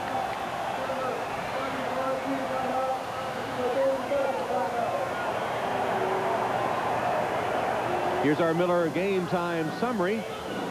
Elway passing for only 93 yards and has had 2 picked off. Davis 169 yards rushing, and the very unexpected Alex Van Pelt, in relief of an ineffective Todd Collins, has led the Bills to 2 touchdowns, breaking an 11-quarter touchdown drought by Buffalo. Don't forget, coming up next on most of these NBC stations, Game 2 of our NFL doubleheader. Most of you see the Jaguars battle the Steelers. Should be a terrific matchup at Three Rivers Stadium. Some of you will see the Raiders face the Seahawks or regional action. Check your local listings for the game in your area. One of the things you're used to seeing in Buffalo is Bruce Smith in these situations. He's not in the ball game. We talked about those knees earlier, Tom. They have to be bothering him for him not to be in there now. Davis holds on to the football and lugs it to the 38. Sean Moran hits him there as we tick down to the 2-minute warning.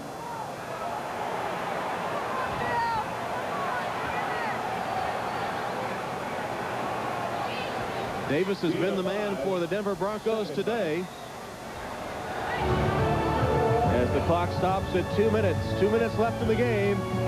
Broncos 20, Bills 17. Nate Newton for 1-800-COLLECT. This is my cousin Marvin. Say hello, Marvin. Hello. During the season, Marvin and I like to stay in touch. Everything is cool as long as he dials 1-800-COLLECT. It's real easy for him. And for me, it's 10 cents a minute. Every evening, all week long. Right, Marvin? But sometimes Marvin forgets to dial 1-800-COLLECT. And that's when he needs a little reminder. 1-800-COLLECT. 10 cents a minute. Every evening, all week long. At Cigna, we care about people who have babies. We care about companies that make steel and about companies that make bread. We care about life and about all that makes life great or possible or just better. At Cigna, we care because it is our business to care. But we also care because, well, we have babies too. Cigna, a business of caring. Perfect for any game, Domino's has the perfect play. Choose from 3 delicious crusts. There's classic hand tossed, crunchy thin crust, or go deep with thick ultimate deep dish. So make the call and have it all.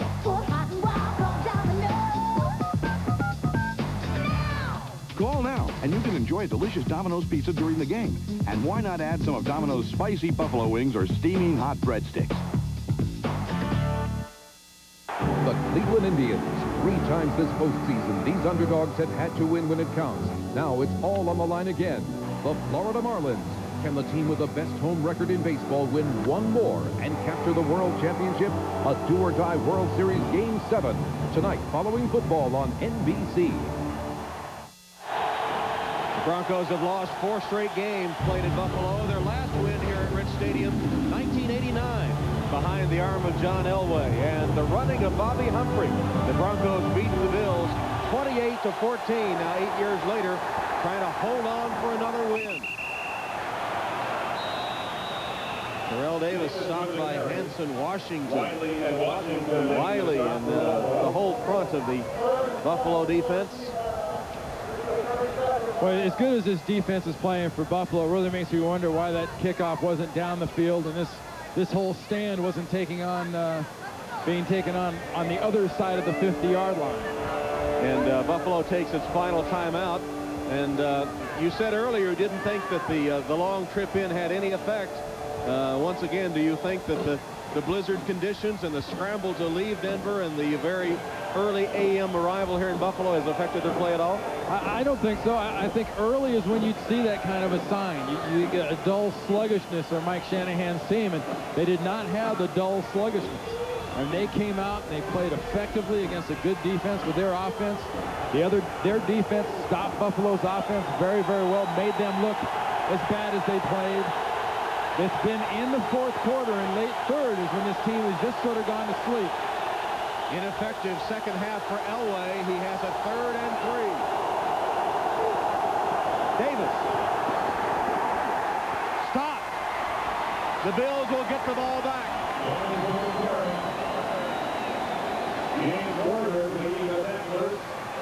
Well, maybe they won't get it back because maybe Shanahan will go for it on 4th down. Let's see. What do you do, Randy? I think absolutely. If it's my game and my ball, I pooch kick this thing down there, and I make my defense I'm paying all that money to stop Alex Van Pelt and the Buffalo Bills offense. I don't give them any extra field position. They might just go for a try to draw them off sides here and then kick it and take the penalty. They're about a yard short of the 1st down. They're going to let the clock tick away. And there it is. Denver takes their final timeout. 30-second timeout. They take their final timeout just before the play clock expired. And now the options are being discussed. Kubiak, Shanahan, Elway. Neither team with a timeout left, and 1:08 on the clock. At 15 yards, ball's on the 35-yard line. Even if you kick the ball into the end zone, they get it on the 20, it's 15 yards. I mean, that's 15 yards with this little time left in a ball game and an inexperienced and unconfident to this point offense on the field. That 15 yards is a long way. Well, it appears that Buffalo thinks they're going to go for it. They've got their defense out there. Well, I tell you what, Marv Levy's defense with Bruce Smith and company back on the field had better watch that football. It's going to be loud in here, and Elway's going to be screaming and barking as loud as these people can scream. 4th down and a yard.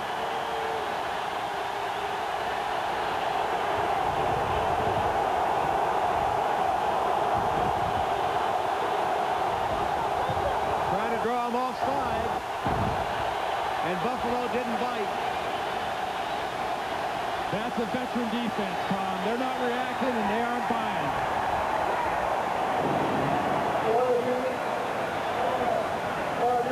Now the 5-yard mark off and the punt.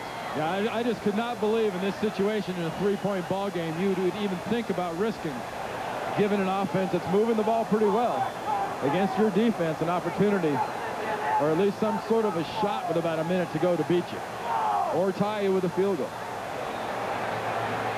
Do you come after the punter? Well, I think you come after the punter, especially when you have nobody back deep to catch it. No deep man. Tom Ruin in punt formation.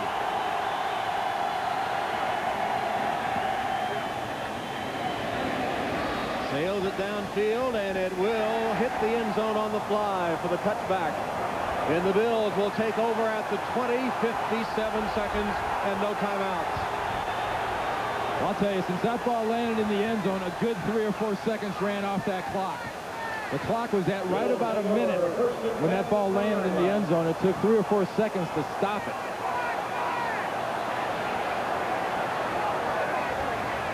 Well, earlier this season, the Bills were down 26-0 to the Indianapolis Colts, came back to win the game. Denver is a much superior team to Indianapolis. Buffalo is not that far behind today, but they are at least within 3 and have the ball. A difficult task, though. 80 yards away and no timeout. Van Pelt in the middle of the field, dangerous. The completion to Early. Clock continues to roll. Of course, the hurry-up offense has been a Buffalo staple for years. Let's see if they go ahead and down it here. They do. Spike to stop the clock, 38 seconds. Tom, Mike Shanahan is a football coach that's very much into contingencies and adjustments and reacting to adversity. I'm not sure if on that list of contingencies and adjustments and reactions to adversity when he was coming in here to play this Buffalo team this morning when he arrived on that bus about 11 o'clock, being this close, this late, was on that list. Well, it will be a sweet victory for Denver if they can hold on after all the adversity they faced just getting here. And then a suddenly aroused Buffalo team that gave them a battle here late. The issue still in doubt.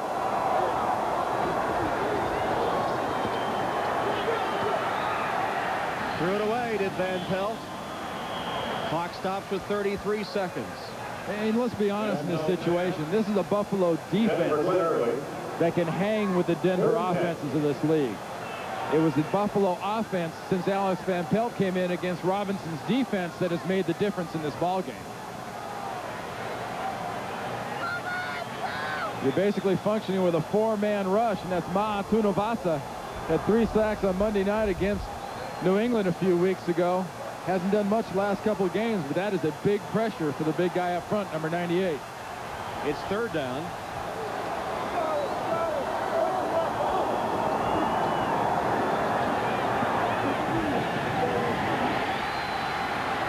This one complete to Andre Reed, just short of the Denver 40.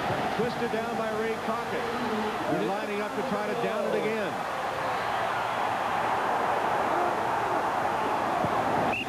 Clock stopped 14 seconds. Steve Christie has kicked a 59-yarder in his career. You look at the Buffalo defensive players out on the field. The Denver defensive players, you're seeing a lot of standing around kind of looking at each other saying, what's going on? What did we do? Wasn't that your guy? This is a bad time right now for this Denver defense to lose any aggressiveness. A field goal at this point would be about 58 yards for Christie, who has kicked a 59er in his career. Now look for Denver to fall back and for Buffalo to try to attack the sideline here. Can't afford to go to the middle of the field. Play action fake. Van Pelt rolls. And he's going to run out of bounds after he gains a couple of yards. 8 seconds left. Well, the ball's going to be spot right now, Tom. You're talking about a 53 to 54-yard field goal in wet, miserable conditions. And Steve Christie. Here he comes, Christie, who against Indianapolis Monday night hit the 11th game-winning field goal of his career. He's got the leg. The question is, with this wind, this cold, will the ball accept the foot and go? 55 yards to tie. It's good.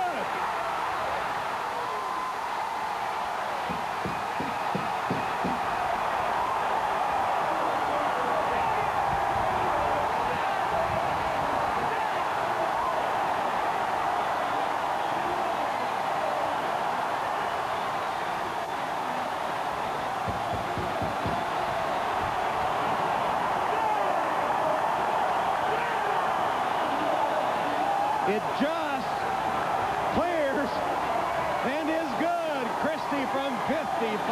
Wow. Look at Bruce Smith. That is a boot.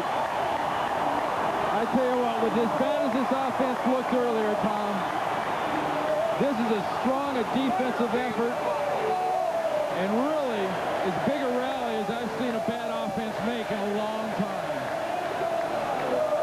Don't forget the 7 points they left on the field with the Andre Reed drop. You can't say enough about the leg of Steve Christie here. Now the adversity reaction and the rally of the Broncos and Mike Shanahan's football team will be sorely tested. Well, the comeback has been a Buffalo trademark, hasn't it, since that playoff comeback.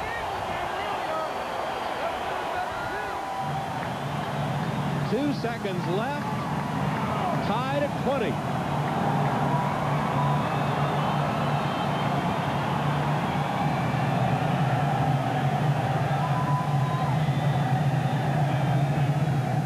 Here's the pooch kick. And we're headed to overtime. Well, of course, this is John Elway time, too, isn't it? The man who's pulled out numerous games in his career. But who would have put Alex Van Pelt in the same category? Exactly, but if you win the toss here and you're Denver and you've got John Elway, I think your scenario changes a little bit. You got to use Terrell Davis. But the way you get this thing done and end this thing quickly and don't let Van Pelt on the field is you win the toss and you drive down throwing the ball, and Elway leads his team to a touchdown or a field goal to win it. Here's the toss. Denver calls tails. It's a tail. You want the football? No, we're going to kick off. We're going to go that way. All right, they choose to kick in that direction. You want the football. All right, Buffalo will receive. So Denver takes the wind, such as it is. It does twirl, but they throw down the gauntlet. taunting the Buffalo offense to score if you can. Alex Van Pelt will have a chance thanks to this heroic effort by Steve Christie. Back after these messages from your local station, you're watching the NFL on NBC.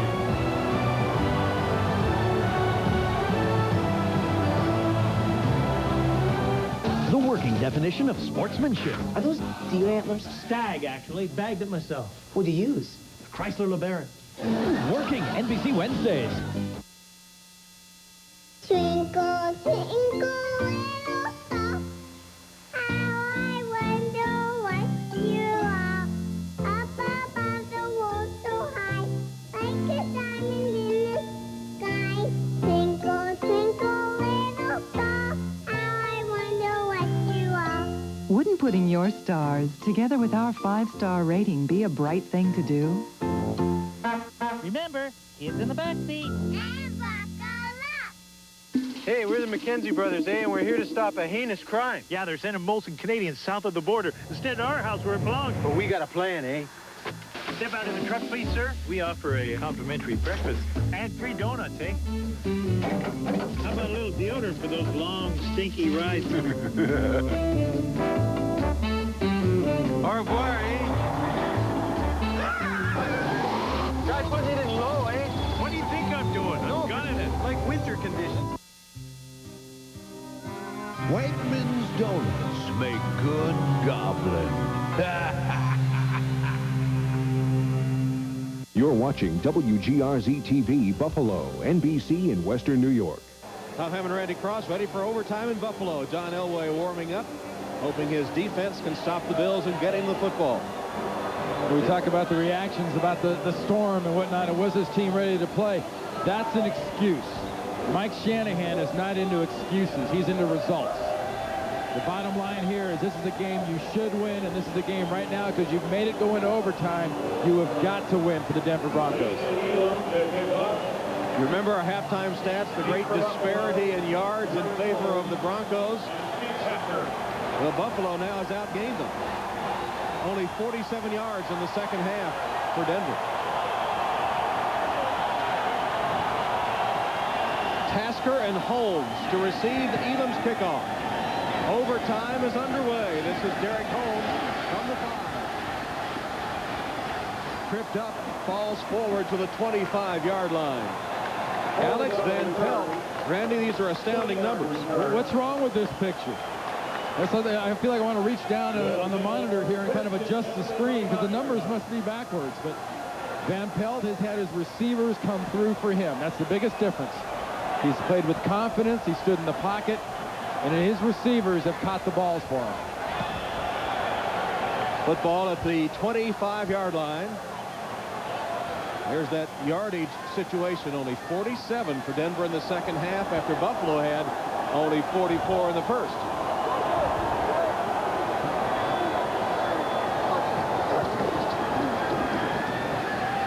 Van Pelt blasted as he let it go. Caught but out of bounds and incomplete. Quinn Early latched onto it, but it won't count. And boy, Van Pelt took a hit. Well, you talked about Denver, sort of a slap in the face at Buffalo kicking off to him. I think it's more of a case of Mike Shanahan telling the defense, hey, it's up to you. You're the ones that got to win us this game, and this first play is not a bad start. You've got a flying Keith Traylor who's played a wonderful ball game, getting right in Van Pelt's face. 5 yards, false start. Jerry Ostrowski. And now the task. False start. 60 offense. 5 yards. Repeat second down. Hear the wind ripping through the mic, giving you an idea what it's like on the field. Right guard, number 60. Right tackle, actually, Ostrowski. Tackle, guard. He's been at all. He's played it all. Center even this year some. But it makes the task even more difficult now. Second down and 15 from their own 20. Van Pelt's come through today when the things look the worst. And that play blown dead. Another motion penalty on the inside of that offense, I think. Prior to the snap, ball start, 70 offense, 5 yards, repeat second down. John Fina. Well, Buffalo unraveling here in overtime. This is exactly what Mike Shanahan had in mind when he called to kick off this ball, and it's exactly what Marv Levy didn't want to see. Fina, number 70, right side of the screen, moving early. Not real early, but early. And early might now be on Van Pelt's mind as he might look for Quinn downfield. He needs 20 for a first down. Dropped by Reed. Pass intended for Andre Reed.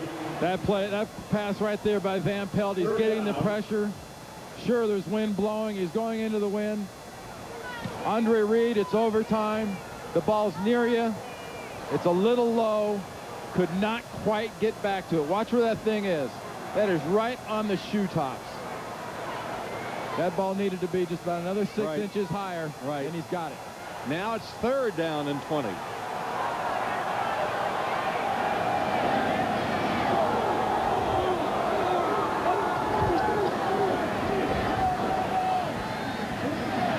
Johnson only to the 21-yard line. Buffalo will punt. Mobley and Cadrez stopping the tight end Johnson. And the strategy by Shanahan appeared to be right on the money. Well, especially now when you're looking at, 4th and long, punting from inside the 10-yard line. Chris Moore to Darian Gordon, one of the most dangerous punt returners in the league. Shanahan's offense would look to get great field position here. Chris Moore. Short kick. Gordon says stay away from it. Takes a bit of a Buffalo bounce to around the 40-yard line. So the Broncos will have the ball, but first, let's go to Greg Gumbel for an update. All right, Tom, at the Meadowlands, they almost had overtime. Jeff Blake scrambles 4 yards, reaches for the end zone, and scores under 2 minutes to play. 29-27, two-point conversion is a butcher job. Jason Sehorn grabs it before anybody else can. The final, the Giants go to 6-3 on the year. 29-27, Tom. All right, Greg. In overtime here, first possession for the Broncos with the master, John Elway, at the controls. They start from their own 40. Pass incomplete. Intended for Shannon Sharp, who's been quiet for a long time. Bill Hansen was bearing down on Elway. You can talk about people being dull, people being half asleep, being ineffective, but I think the credit for what the Broncos offense isn't doing isn't to blame anyone, but to credit the Buffalo defense. This Buffalo defense has come to play all day long. Elway 8 and 7 in overtime. The winningest quarterback in history.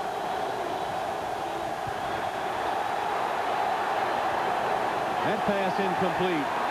Intended for Davis, and once again, Elway was flushed from the pocket by a ferocious Buffalo rush.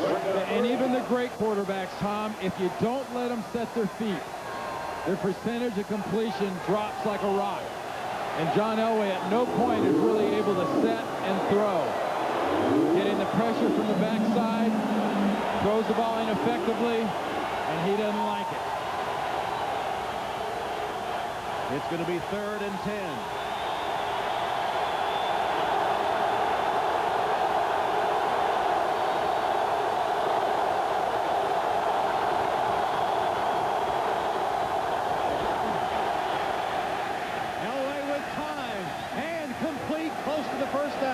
Depending on the spot of the football, Shannon Sharp. It's going to be very, very close. The far side mark would look to be they're going to get that first down. They've got it. First down, Denver. Man, just when you've got him moving, just when he can't set his feet, you let him set his feet, and Elway breaks out the laser cannon on you. And that blur you just saw, Chris Spielman, was the ball going by you. Clutch play. Elway to Sharp. First down, Broncos. Only his 2nd completion of the half. Davis. down. And another. Davis on the right side. Look on the ball. It's going to be against Denver.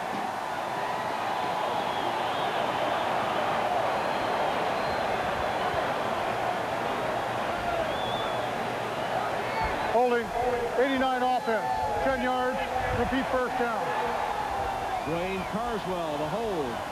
Dwayne Carswell lined up at the right tight end and did a little bit of a semi-takedown on that play. Carswell lined up out here. It's not what he does near the line of scrimmage, but what happens in the backfield. Wraps the arms. He had his arms around the outside, twisted the body, and then went to the arms spread out, I didn't do anything mode. First and 20.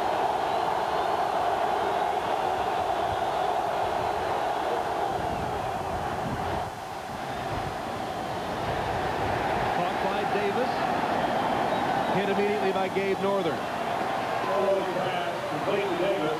Gabe Northern on the side.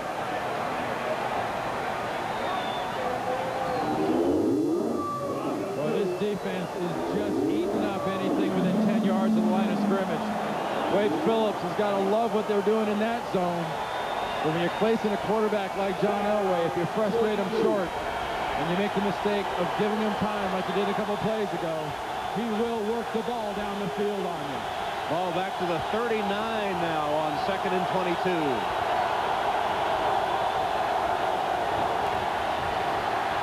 Elway goes deep. And too deep, incomplete. Intended for Rod Smith, who was streaking down the field with Thomas Smith of the Bills. You know, part of that, in that 10-yard zone, you're being effective. You got to expect John Elway is going to take a shot down the field and check your water down there. Rod Smith has got the speed, but look how deep Burris is playing. Not only is he playing deep, he has help coming from the inside from Schultz. I mean, there's Olympic sprinters that have won gold medals that couldn't get by Jeff Burris with a 15-yard run and start. Smith, Green, McCaffrey, 3 wide receivers. 3rd and 22. Handoff to Davis. Terrell Davis with a head of steam, twisting, turning, nearly broke free, but is stopped short of the first down at the 48 of the Bills by Chris Spielman. Chris Spielman making the stop.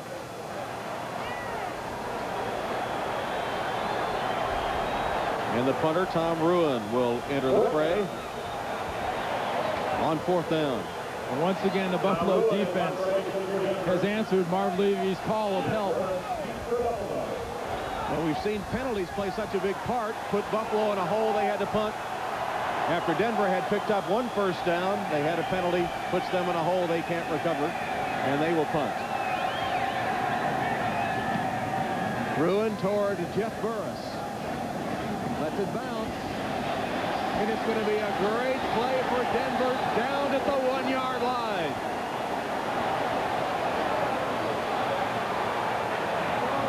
Don't forget, coming up next, most of these NBC stations, game 2 of the doubleheader. Most of you are slated to see the Jaguars and the Steelers. Some will see the Raiders and the Seahawks on regional action. Check your local listings for the game in your area. Well, you better put a couple pots of coffee on the old stove. If game 2 is as good late as this one, and the World Series after that is as good late as this one, it will be a late night. Spot the ball inside the Buffalo 1.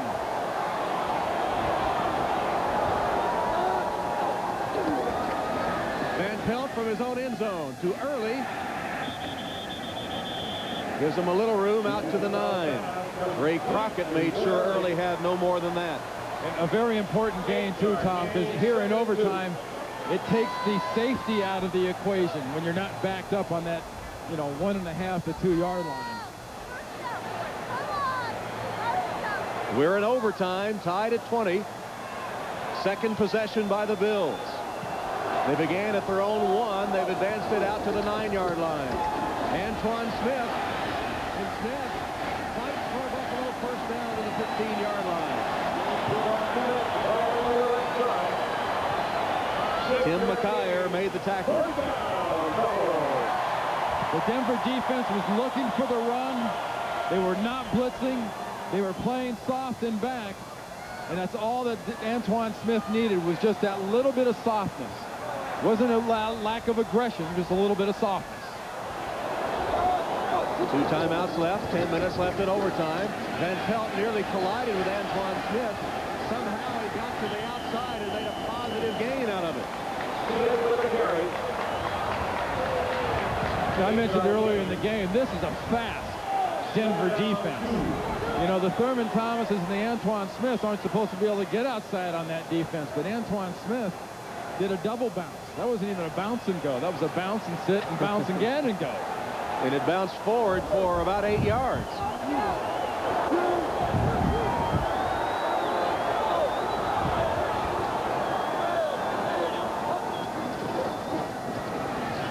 Here's Antoine again, close to another first down. Looks like he'll be less than a yard short on 3rd down. See the spot of the football, and it will be just short.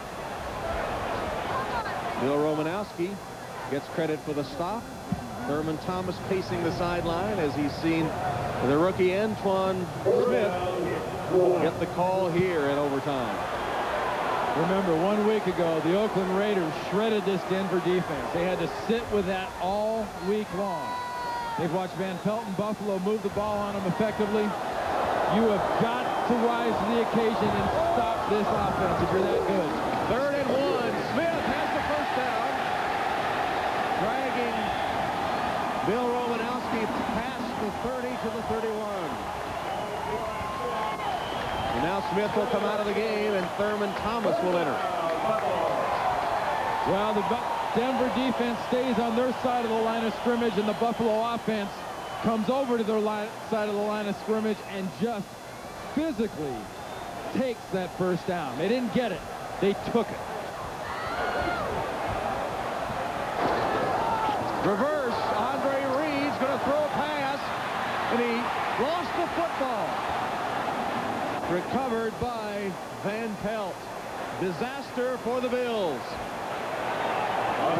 The call is one thing, Tom, but what is Andre Reed thinking in that situation? Marv Levy has to have told a wide receiver on a reverse pass, if you've got people in the vicinity, you've got an Alfred Williams in your area, put the ball away. Don't even think about passing.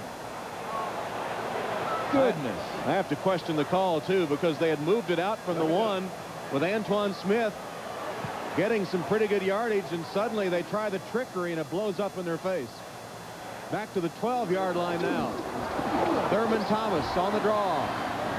Takes it to the 20. Tackled there by Alfred Williams. Quieted the crowd, didn't it? It just took a big pin and popped the balloon. This thing was growing and swelling and puffing up, and that fake reverse pass, whatever that thing whatever it was, it was a bad play, whatever it was. Not only took the crowd out of it, it took the offense out of it. I think you can shred that one tomorrow. Take it out of the playbook.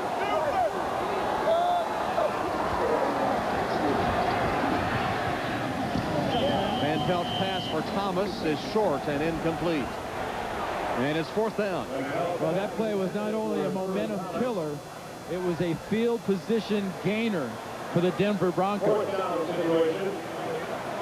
Well, the ruined punt backed Buffalo all the way up to the 1-yard line.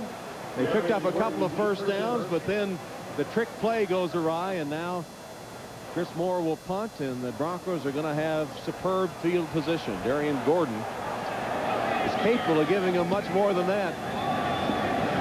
Moore drives it downfield. Gordon from the 35. Stutter step, cut up, and a nice return out of it, even though he was surrounded. Broncos with the ball when we return to Buffalo.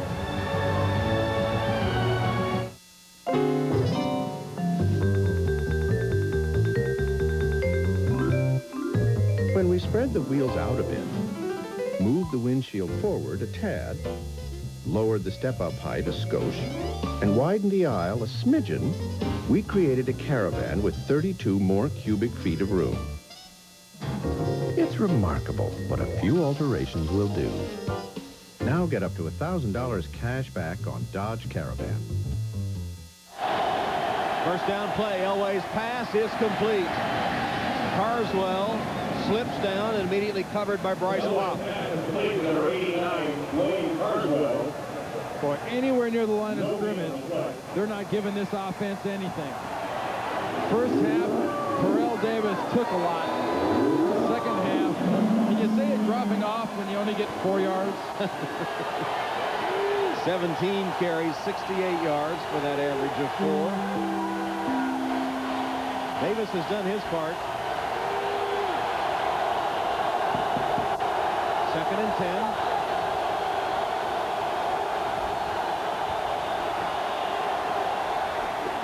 Broken up. Intended for Rod Smith. Chris Spielman, of all people. The linebacker known for his play against the run breaks up the pass. You know, Chris Spielman is knocked a lot for his coverage ability. He's not in there in 3rd down situations.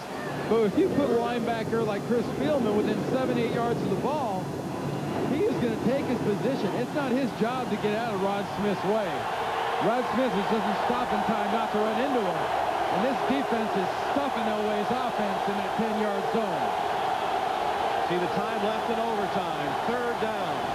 Elway down the sideline. And was he inbound? Yes. Catch made by Ed McCaffrey. Elway pass. McCaffrey with a clutch grab gives Denver a 1st down. You don't have to catch many to later qualify as having had a great game. McCaffrey catches one of few, but catches it at the right time. And what a job of concentration in catching it. The knee gets down, that equals 2 feet, that's in. 41-yard line of the Bills. Here's Elway on 1st down. Complete to Smith. And Smith has it at the 28-yard line. 1st down, Denver. Rod Smith made the reception. Thomas Smith made the tackle. And that sets up Denver already in field goal range, even for a struggling Jason Elam. Physical offense, physical defense, and the laser cannon is back. John Elway trying to do it again.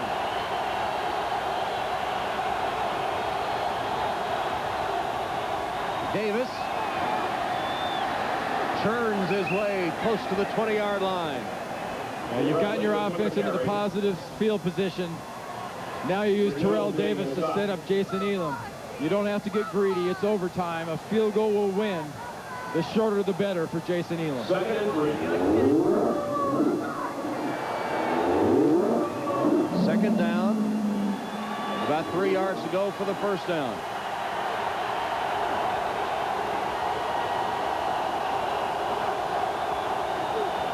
Here's Davis again. I think he has the 1st down. Covington tackling Davis. Check the spot of the football. It is 1st down, Denver. So the Broncos getting the key 3rd down completion. Elway to McCaffrey. Continue to drive now with a 1st down at the 17 of the Bills. Don't be surprised if this play is just used for position. Get the ball in position, get your kicker on the field to win this game. More plays with more chances to mess up and maybe put the ball on the ground.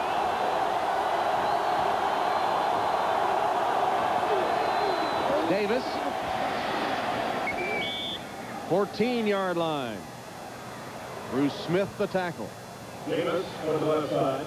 And Terrell Davis has exceeded 200 yards as 3-yard gain. He's closing in at 206 on his Denver record 215 earlier this season against Cincinnati. And they still have Elam on the sideline, not yet electing to send him out for the game-winning try. Well, until Elam's foot hits the ball for a field goal, if it has to, the only person that will touch the ball is going to be Terrell Davis.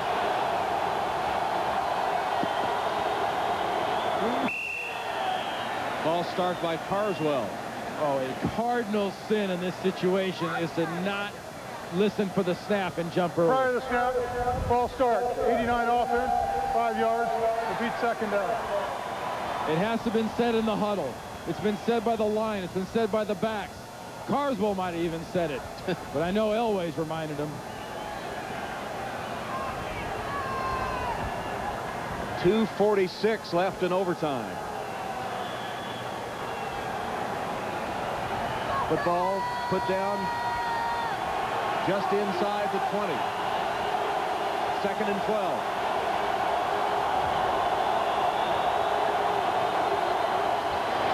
Terrell Davis to the 15. Davis up the middle. Bruce Smith another tackle. Jason Elam still on the sideline. Terrell Davis getting some wonderful blocking up front for the entire offensive line. Remember, Habib's out with a little bit of a bad back. David Diaz-Infante's in there. The ball is blasted up the middle, and this play here is purely got to be for position. Got to be a matter of where you want your kicker to kick it from. It looks like it's going to be a win or tie for Denver as the clock continues to tick away. Elam having a word with his coach Shanahan. And Denver takes the timeout at 2:01. Overtime game. Broncos with a chance to win. It's your own little world. You're way up high so you can see everything. It has lots of places to hide your treasures. It's roomy. It's cozy, with space for all your favorite things and your favorite people. It makes you feel like you're part of a club. Dodge Caravan. It's like a treehouse for grown-ups. Now get up to $1,000 cash back on Dodge Caravan.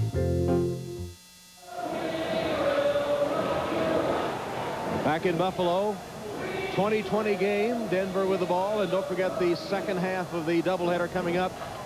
Jason Elam is on now to attempt the game-winning field goal. There's the lineup in game 2. Check your local listings coming up shortly. Very shortly, if Jason Elam has anything to say about it. Struggled last week against the Raiders. He's had one game winner in overtime. He's 2 of 3 today, missed from 38 yards. This is a 33-yard attempt to win for Denver in overtime. Then timeout is called. It sounds easy, Tom, but you have to get past the snap and the hold before Elam can do his thing, and we've seen both those off this year numerous times. Terrell Davis over 200 yards rushing for the Broncos today. Alex Van Pelt leading a Buffalo late comeback. Steve Christie hitting from 55 yards to put the game in overtime, and now Jason Elam with a chance to win it for the Broncos. This game has been a case of the good, the bad, and the ugly. Which one will Elam go into? 33 yards to win. High snap. And it's good. Jason Elam wins the game for the Broncos with a 33-yard field goal in overtime.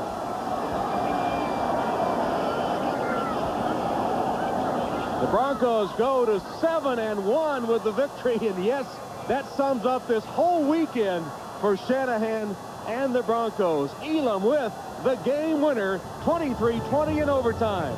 Coming up next, game 2 of our NFL on NBC doubleheader. Most of you see Jacksonville at Pittsburgh.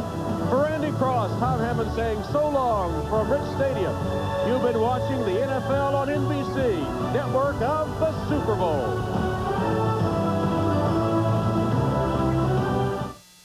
Thursday, Chandler's in love with Joey's girlfriend. I'm a horrible person. No, you're not, Chandler. We still love you, Chandler. Friends, NBC Thursday. Twinkle, twinkle, little star, how I wonder what you are. Up above the world so high, like a diamond in the sky. Twinkle, twinkle, little star, how I wonder what you are. Wouldn't putting your stars together with our 5-star rating be a bright thing to do?